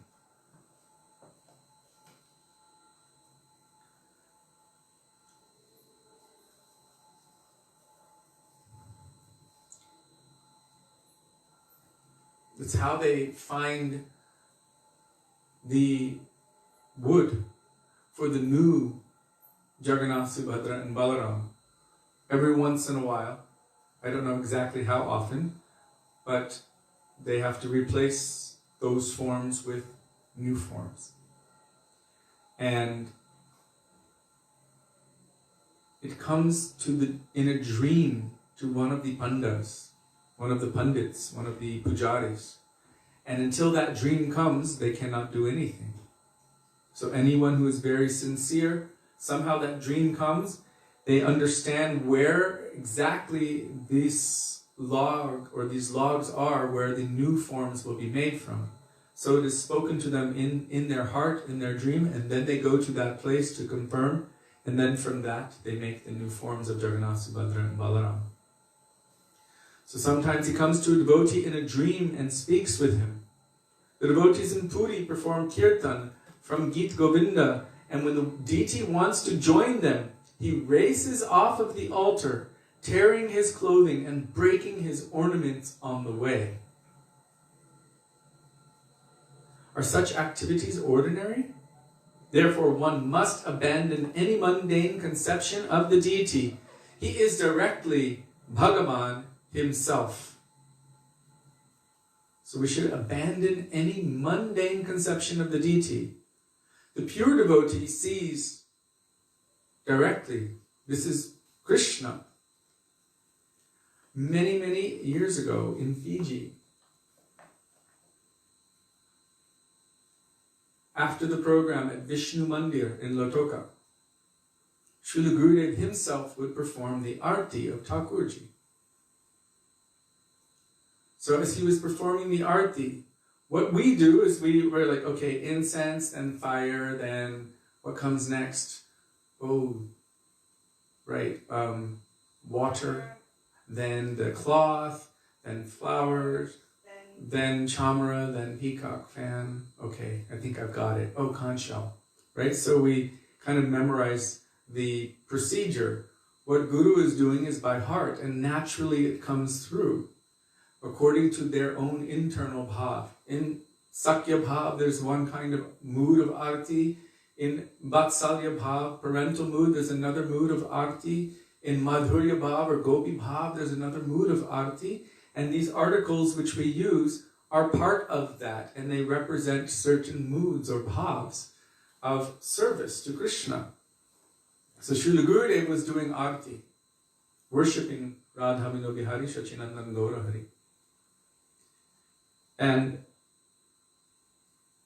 when it came to the end, there was no peacock fan. It wasn't my fault. It was not Sudevi's fault.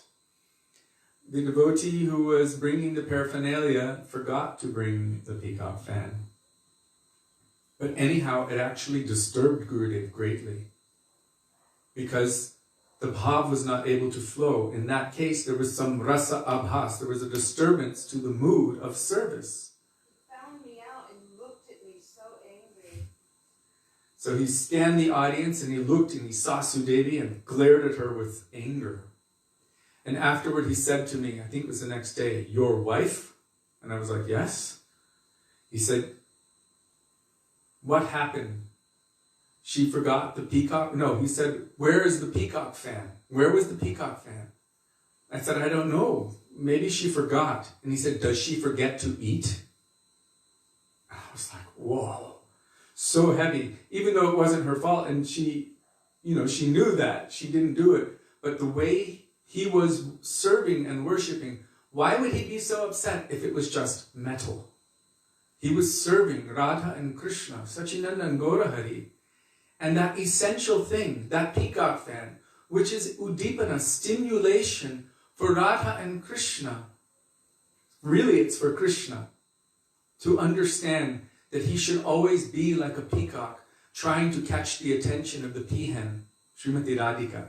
How the peacock has to open his feathers and put on this beautiful show, trying to get her attention.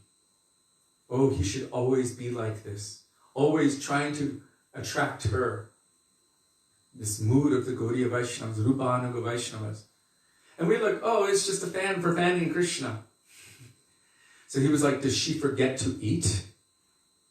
It was like, such a frightening thing. From that day, she didn't let anyone else be responsible for that, even though they could be, but she had to make sure herself that they took that responsibility properly. We even know whose responsibility it was, but we're not going to say. And I'm still mad at her. And she said, I'm still mad at her. Anyhow, so the point is, why would he become upset if it was just dolls or metal? He became upset because the service to Krishna was disturbed, was disrupted. Devotees become upset by this. Even if ecstasy comes to them in the performance of their seva, ecstasy comes, where tears come in their eyes and they can no longer serve Krishna with their eyes because they cannot see his beautiful form. They curse Brahma, you foolish creator who has given tears in our eyes. We cannot see Krishna. Don't you know that's how we worship him? With our eyes? And then you give us eyelids that blink. Don't you know that that one moment of blinking is like millions of yugas of separation?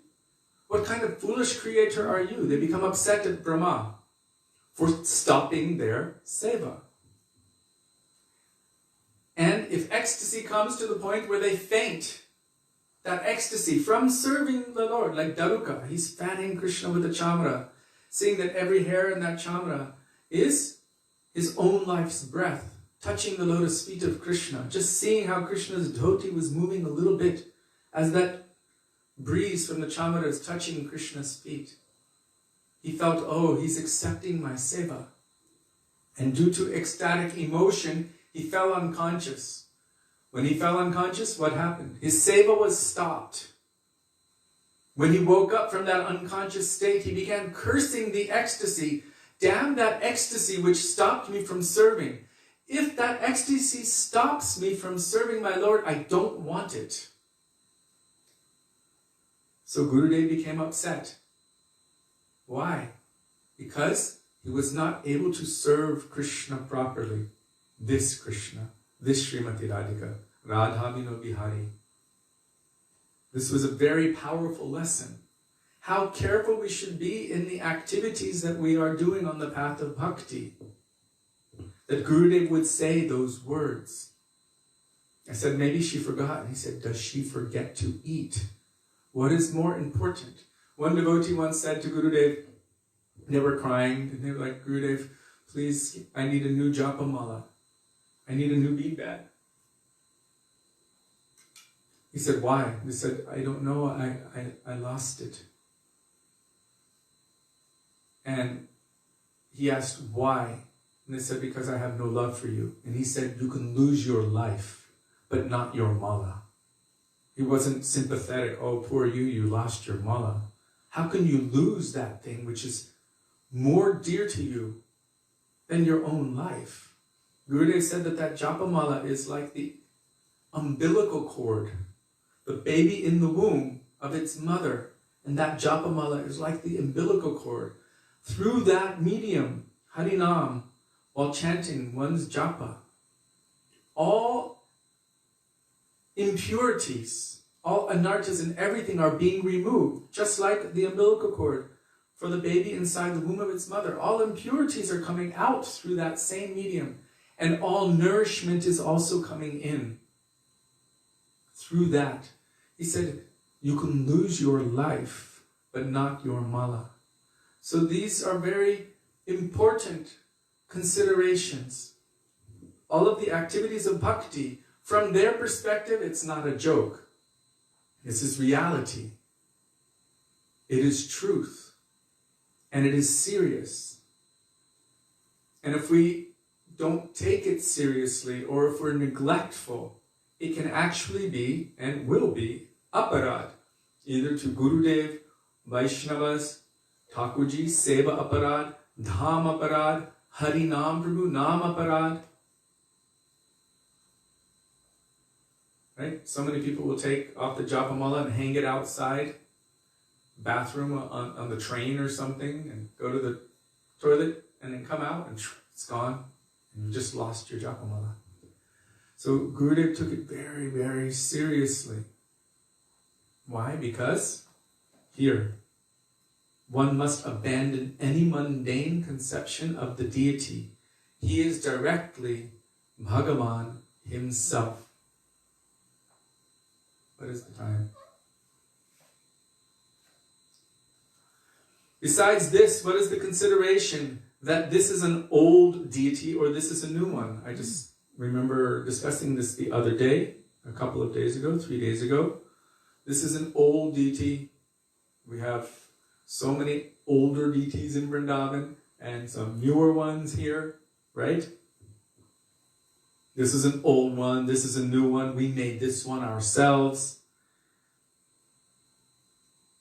Giriraj is brought from Govardhan, or Shalagram Shila is brought from somewhere, and we worship him in that form. Or in our home, with metal or some other elements, we have made a murti, and by worshipping that murti, we feel great happiness in our hearts. If anyone abandons his varnashram dharma responsibilities to perform puja of Bhagavan with great faith,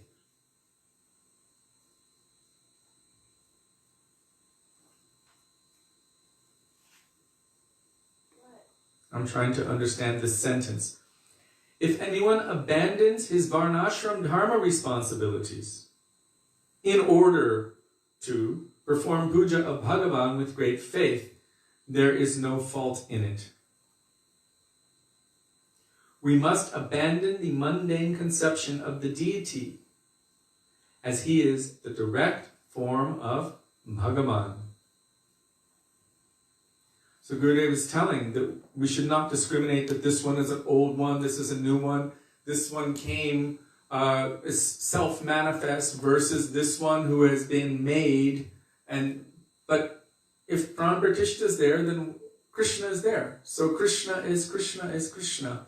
There's a speciality of the personal relationship, but we should not think that this one is less because he was carved by Rupa Goswami, whereas this one manifested to Gopal Bhatta Goswami. We should not think that one is less and one is more. Krishna is Krishna. No one made Banki Vihari. Banki Vihari was discovered in Vishaka Kunda in Nidhuvan. Just 5 minutes walk that way. He was discovered in Vishaka Kund in Nidhuvan. He appeared by himself. Others were manifest by devotees. Madan Mohan was manifest by Sanatan Goswami. Govindaji and Damodar were manifest by Rupa Goswami. And Gopinath was manifest by Madhu Pandit. All of these deities appeared by themselves or were installed by great devotees. So concerning them, there is no doubt.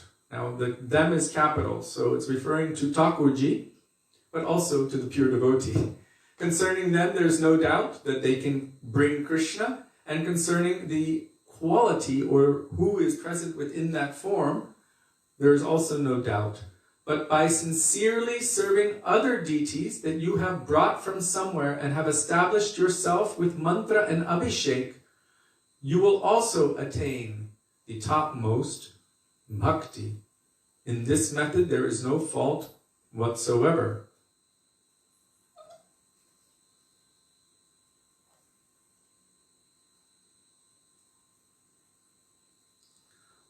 So I'm going to just read this shloka a little more.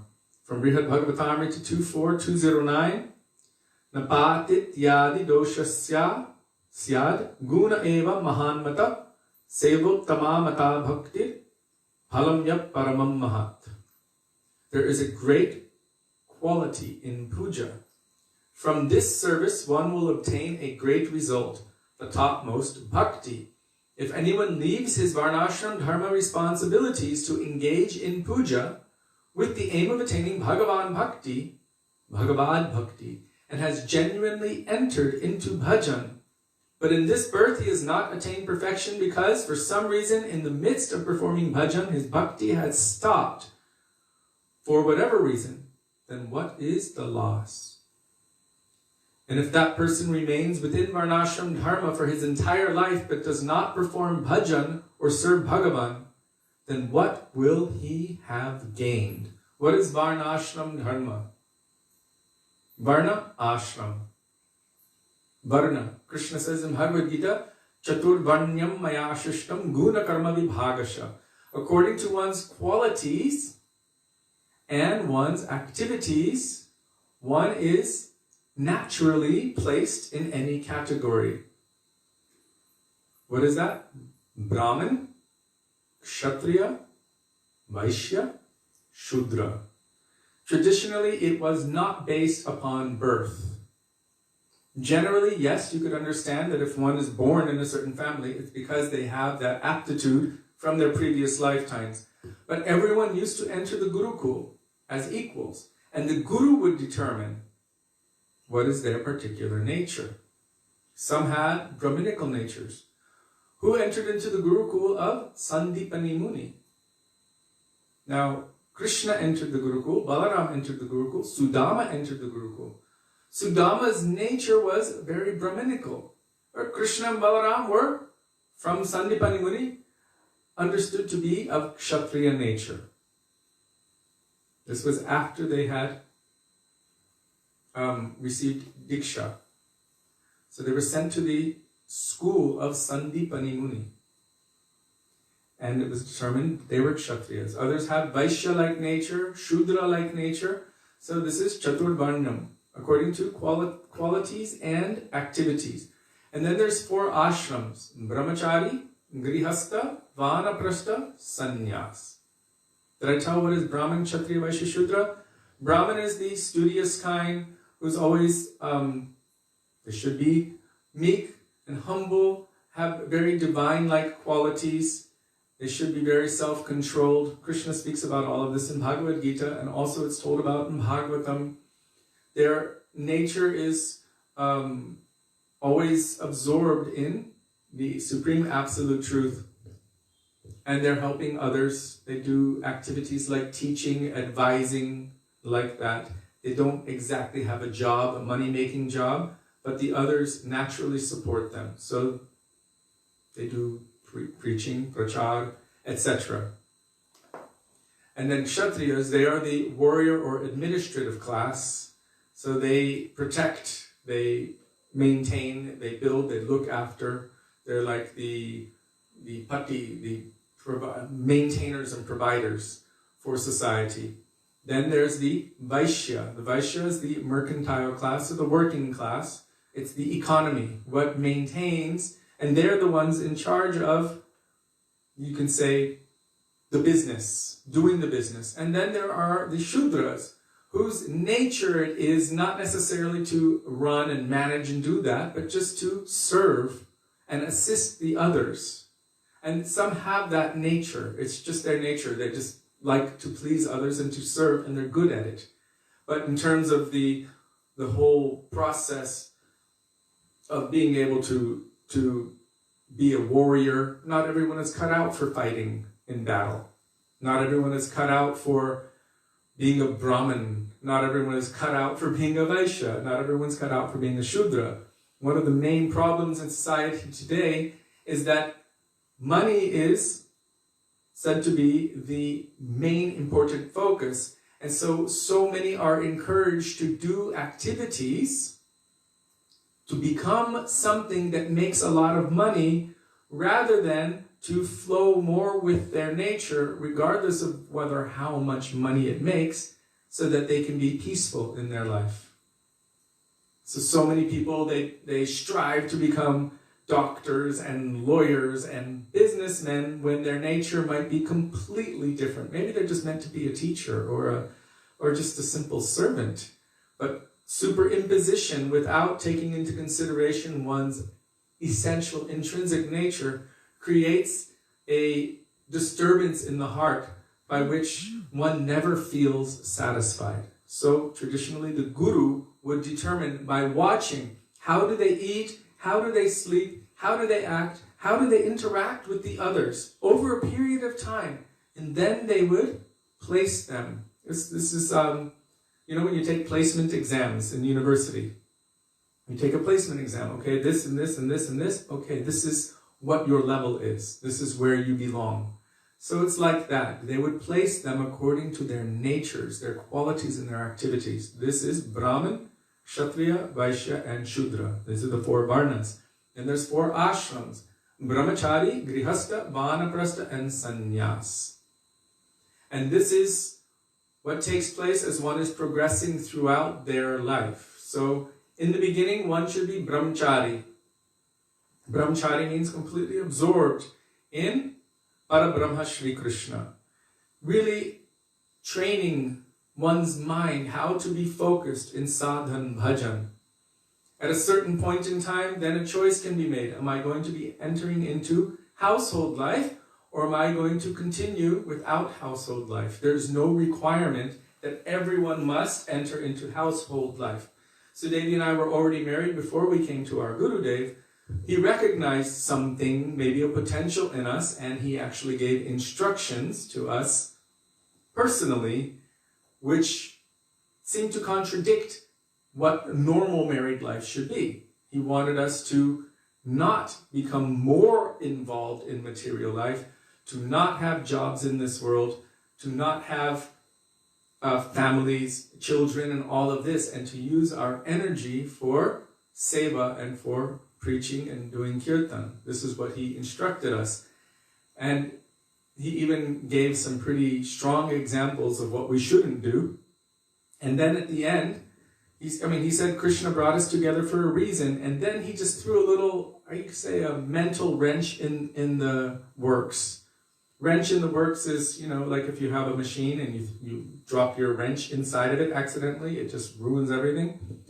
So before we came to Gurudev, we had a plan that we would start a family in 1996. We were already married for 2 years. We thought, 96, Gurudev showed up in our life. Boom, in June 96. We were planning for like July or August. Then we were like, oh, well, let's give some time to be with our Guru and to hear. Okay, so extend it to 98. And then it was like, okay, you know what? If we decide 30 is the cutoff point, boom. After 30, we're not going to. So Srila Gurudev in Fiji was speaking with us. And what was the wrench he threw into the works? He said, anyhow, if any child does come, he said, then like Chitraketu Maharaj. Chitraketu Maharaj had 10 million queens, but he couldn't have a child. Finally, by the blessings of Narad and Angirarishi and a yajna, he was able to have a child.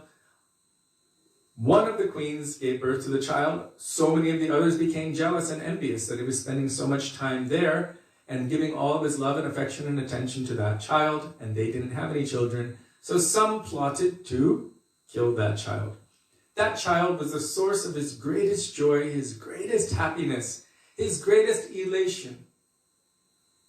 But then they poisoned that child, and when he was very young, like 5 years old, he died. And that same child, due to its death, was the cause of Chitraketu Maharaj's greatest grief and suffering and anguish. Later on, by the mercy of Narad and Angira, because it wasn't only Chitraketu, but all of the queens also, they were so sad and upset, except for the ones who poisoned that boy. But they were so sad and upset, he was the life of everyone. So Narada and Gita manifested in such a way that that boy would get up and speak. And he said, why are you all crying? And they were crying in separation from him. And they said, oh, my son. And he said, which parents are you?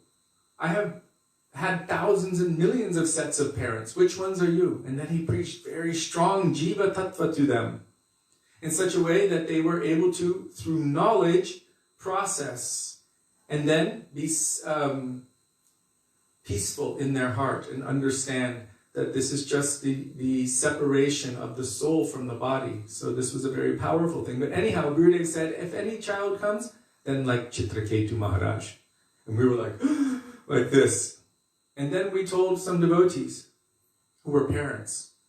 And they said, did he really say that to you? And we're like, yeah. They're like, don't have kids.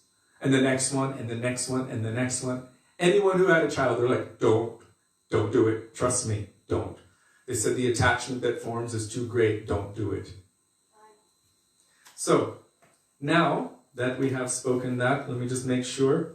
Oh, so I was just mentioning brahmachari. This is for the beginning part of the life. Then grihasta.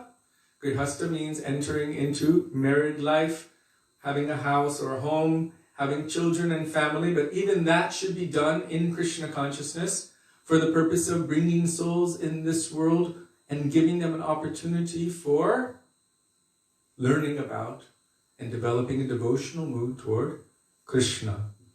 And then the next one is vanaprastha. After grihastha life, then at some point in time, there should be a natural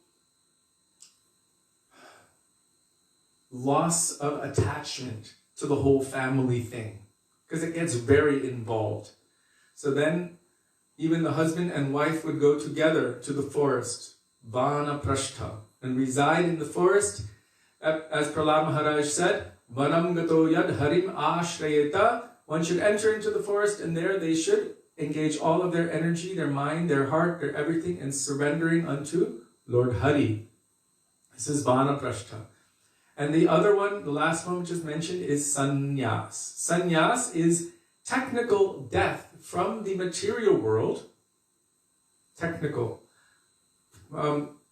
Theoretical death from the material world.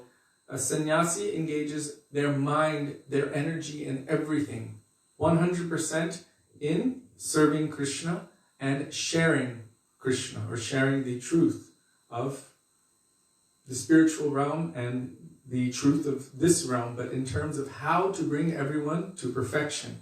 That is their function. They don't have any permanent or fixed residence. They don't have any material attachments or anything.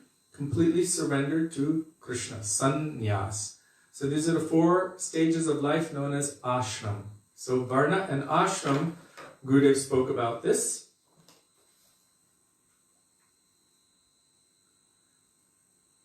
That if one is following varnashram, but not engaging any of their energy in service to Bhagavan, then what's the use?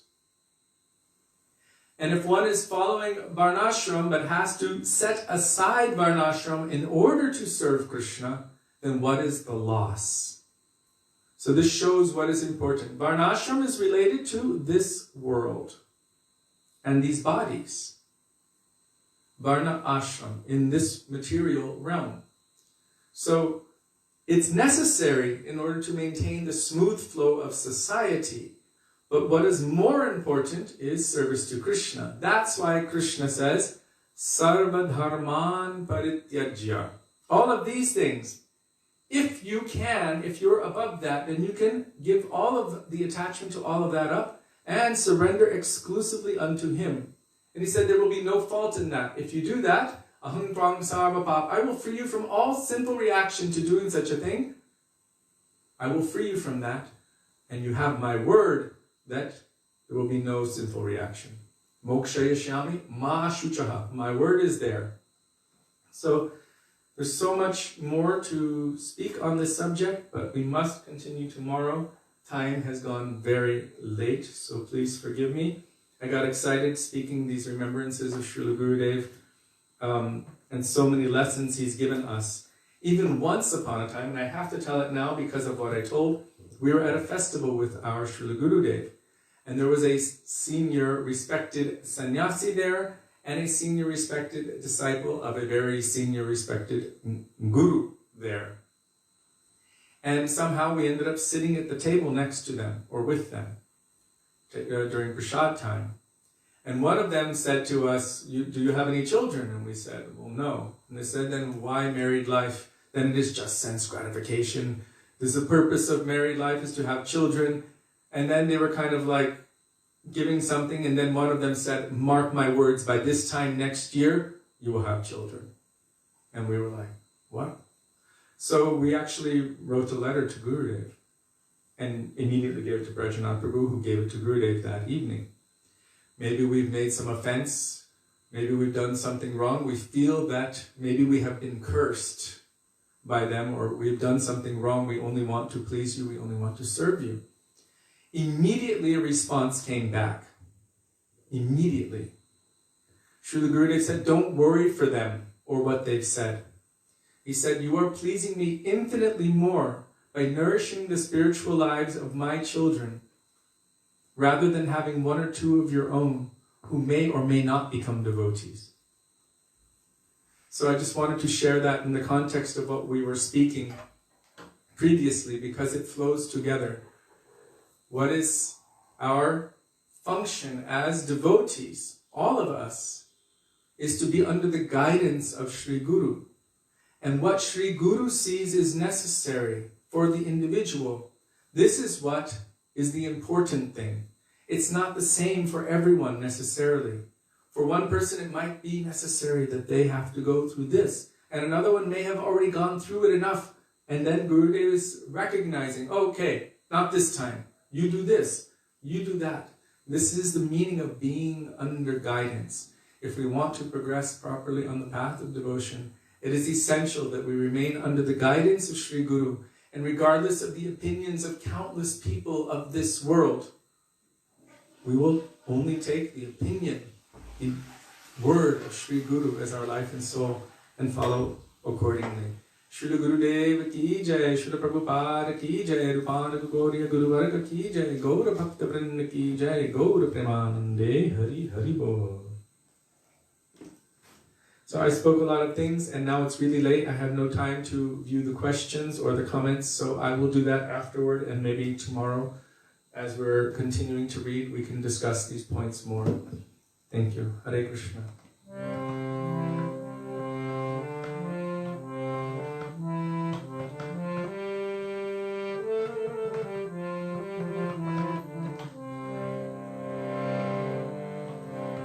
Hare Krishna, Hare Krishna, Krishna Krishna, Hare Hare, Hare Rama, Hare Rama, Rama Rama, Hare Hare, Hare Krishna, Hare Krishna, Krishna Krishna, Hare Hare, Hare Rama, Hare Rama, Rama Rama, Hare Hare, Hare Krishna, Hare Krishna, Krishna Krishna, Hare Hare, Hare Rama, Hare Rama, Rama Rama, Hare Hare, Hare Krishna, Hare Krishna, Krishna Krishna, Hare Hare,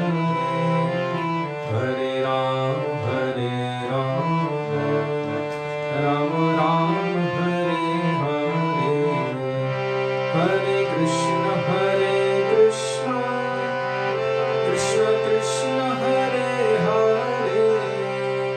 Hare Rama, Hare Rama, Rama Rama, Hare Hare, Hare Krishna, Hare Krishna, Krishna Krishna, Hare Hare, Hare Rama, Hare Rama, Rama Rama, Hare Hare, Hare Krishna, Hare Krishna, Krishna Krishna, Hare Hare, Hare Rama, Hare Rama, Rama Rama, Hare Hare, Hare Krishna, Hare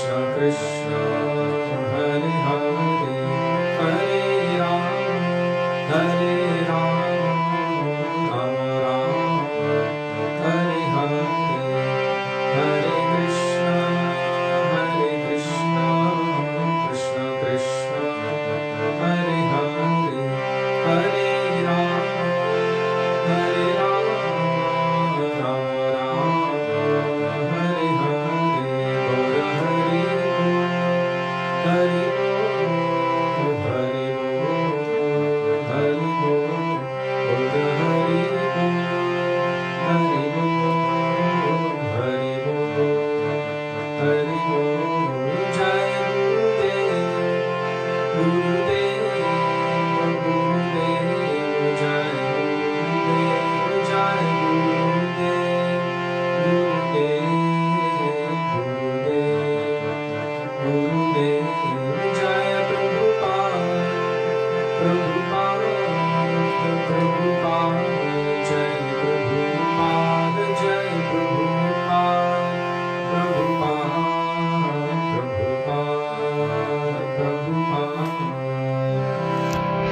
Nitai Gaur Premanande Hari Hari Shri Gurudev ki jai, Shri Prabhupada ki jai, Rupan Gurudeva ki jai, Padit Pavan Shri Nityananda Prabhu ki jai, Prem Purushottam Shashinandan Gaur Hari ki jai, Radha Vino Bihari Ji ki jai, Radha Ramana Ji ki jai, Giriraj Maharaj ki jai, Harinam Sankirtan ki jai, Hare Krishna Mahamantra ki jai, Gaura Bhakta Vrinda ki jai, Nitai Gaura Premanande Hari Hari Govinda Dharmadhamiti Govinda Dharmadhamiti Govinda Dharmadhamiti Govinda Dharmadhamiti Bolo Radhe Radhe Radhe Jai Jai Jai Shri Radhe Radhe Radhe Radhe Jai Jai Jai Shri Radhe Radhe Radhe Radhe Jai Jai Jai Shri Radhe Radhe Radhe Radhe Jai Jai Jai Shri Radhe Shri Vrindavan Hari Lal ki jai Jai Jai Shri Radhe Jai Jai Shri Radhe Jai Jai Shri Radhe Shyam Gaur Premanande Hari Hari.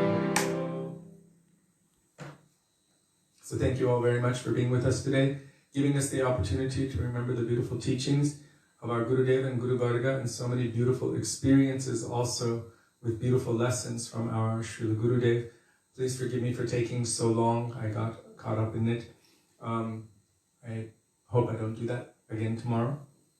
And we look forward to being with all of you tomorrow. I also want to express my indebtedness to all of you for giving us the opportunity to do our Guru Seva. We look forward to being with you tomorrow. Dandavat Pranam. Hare Krishna. Radhe Radhe. Radha Vinodihari Ki Jai. Shachinandan Gaur Hari Ki Hare Krishna. Jai.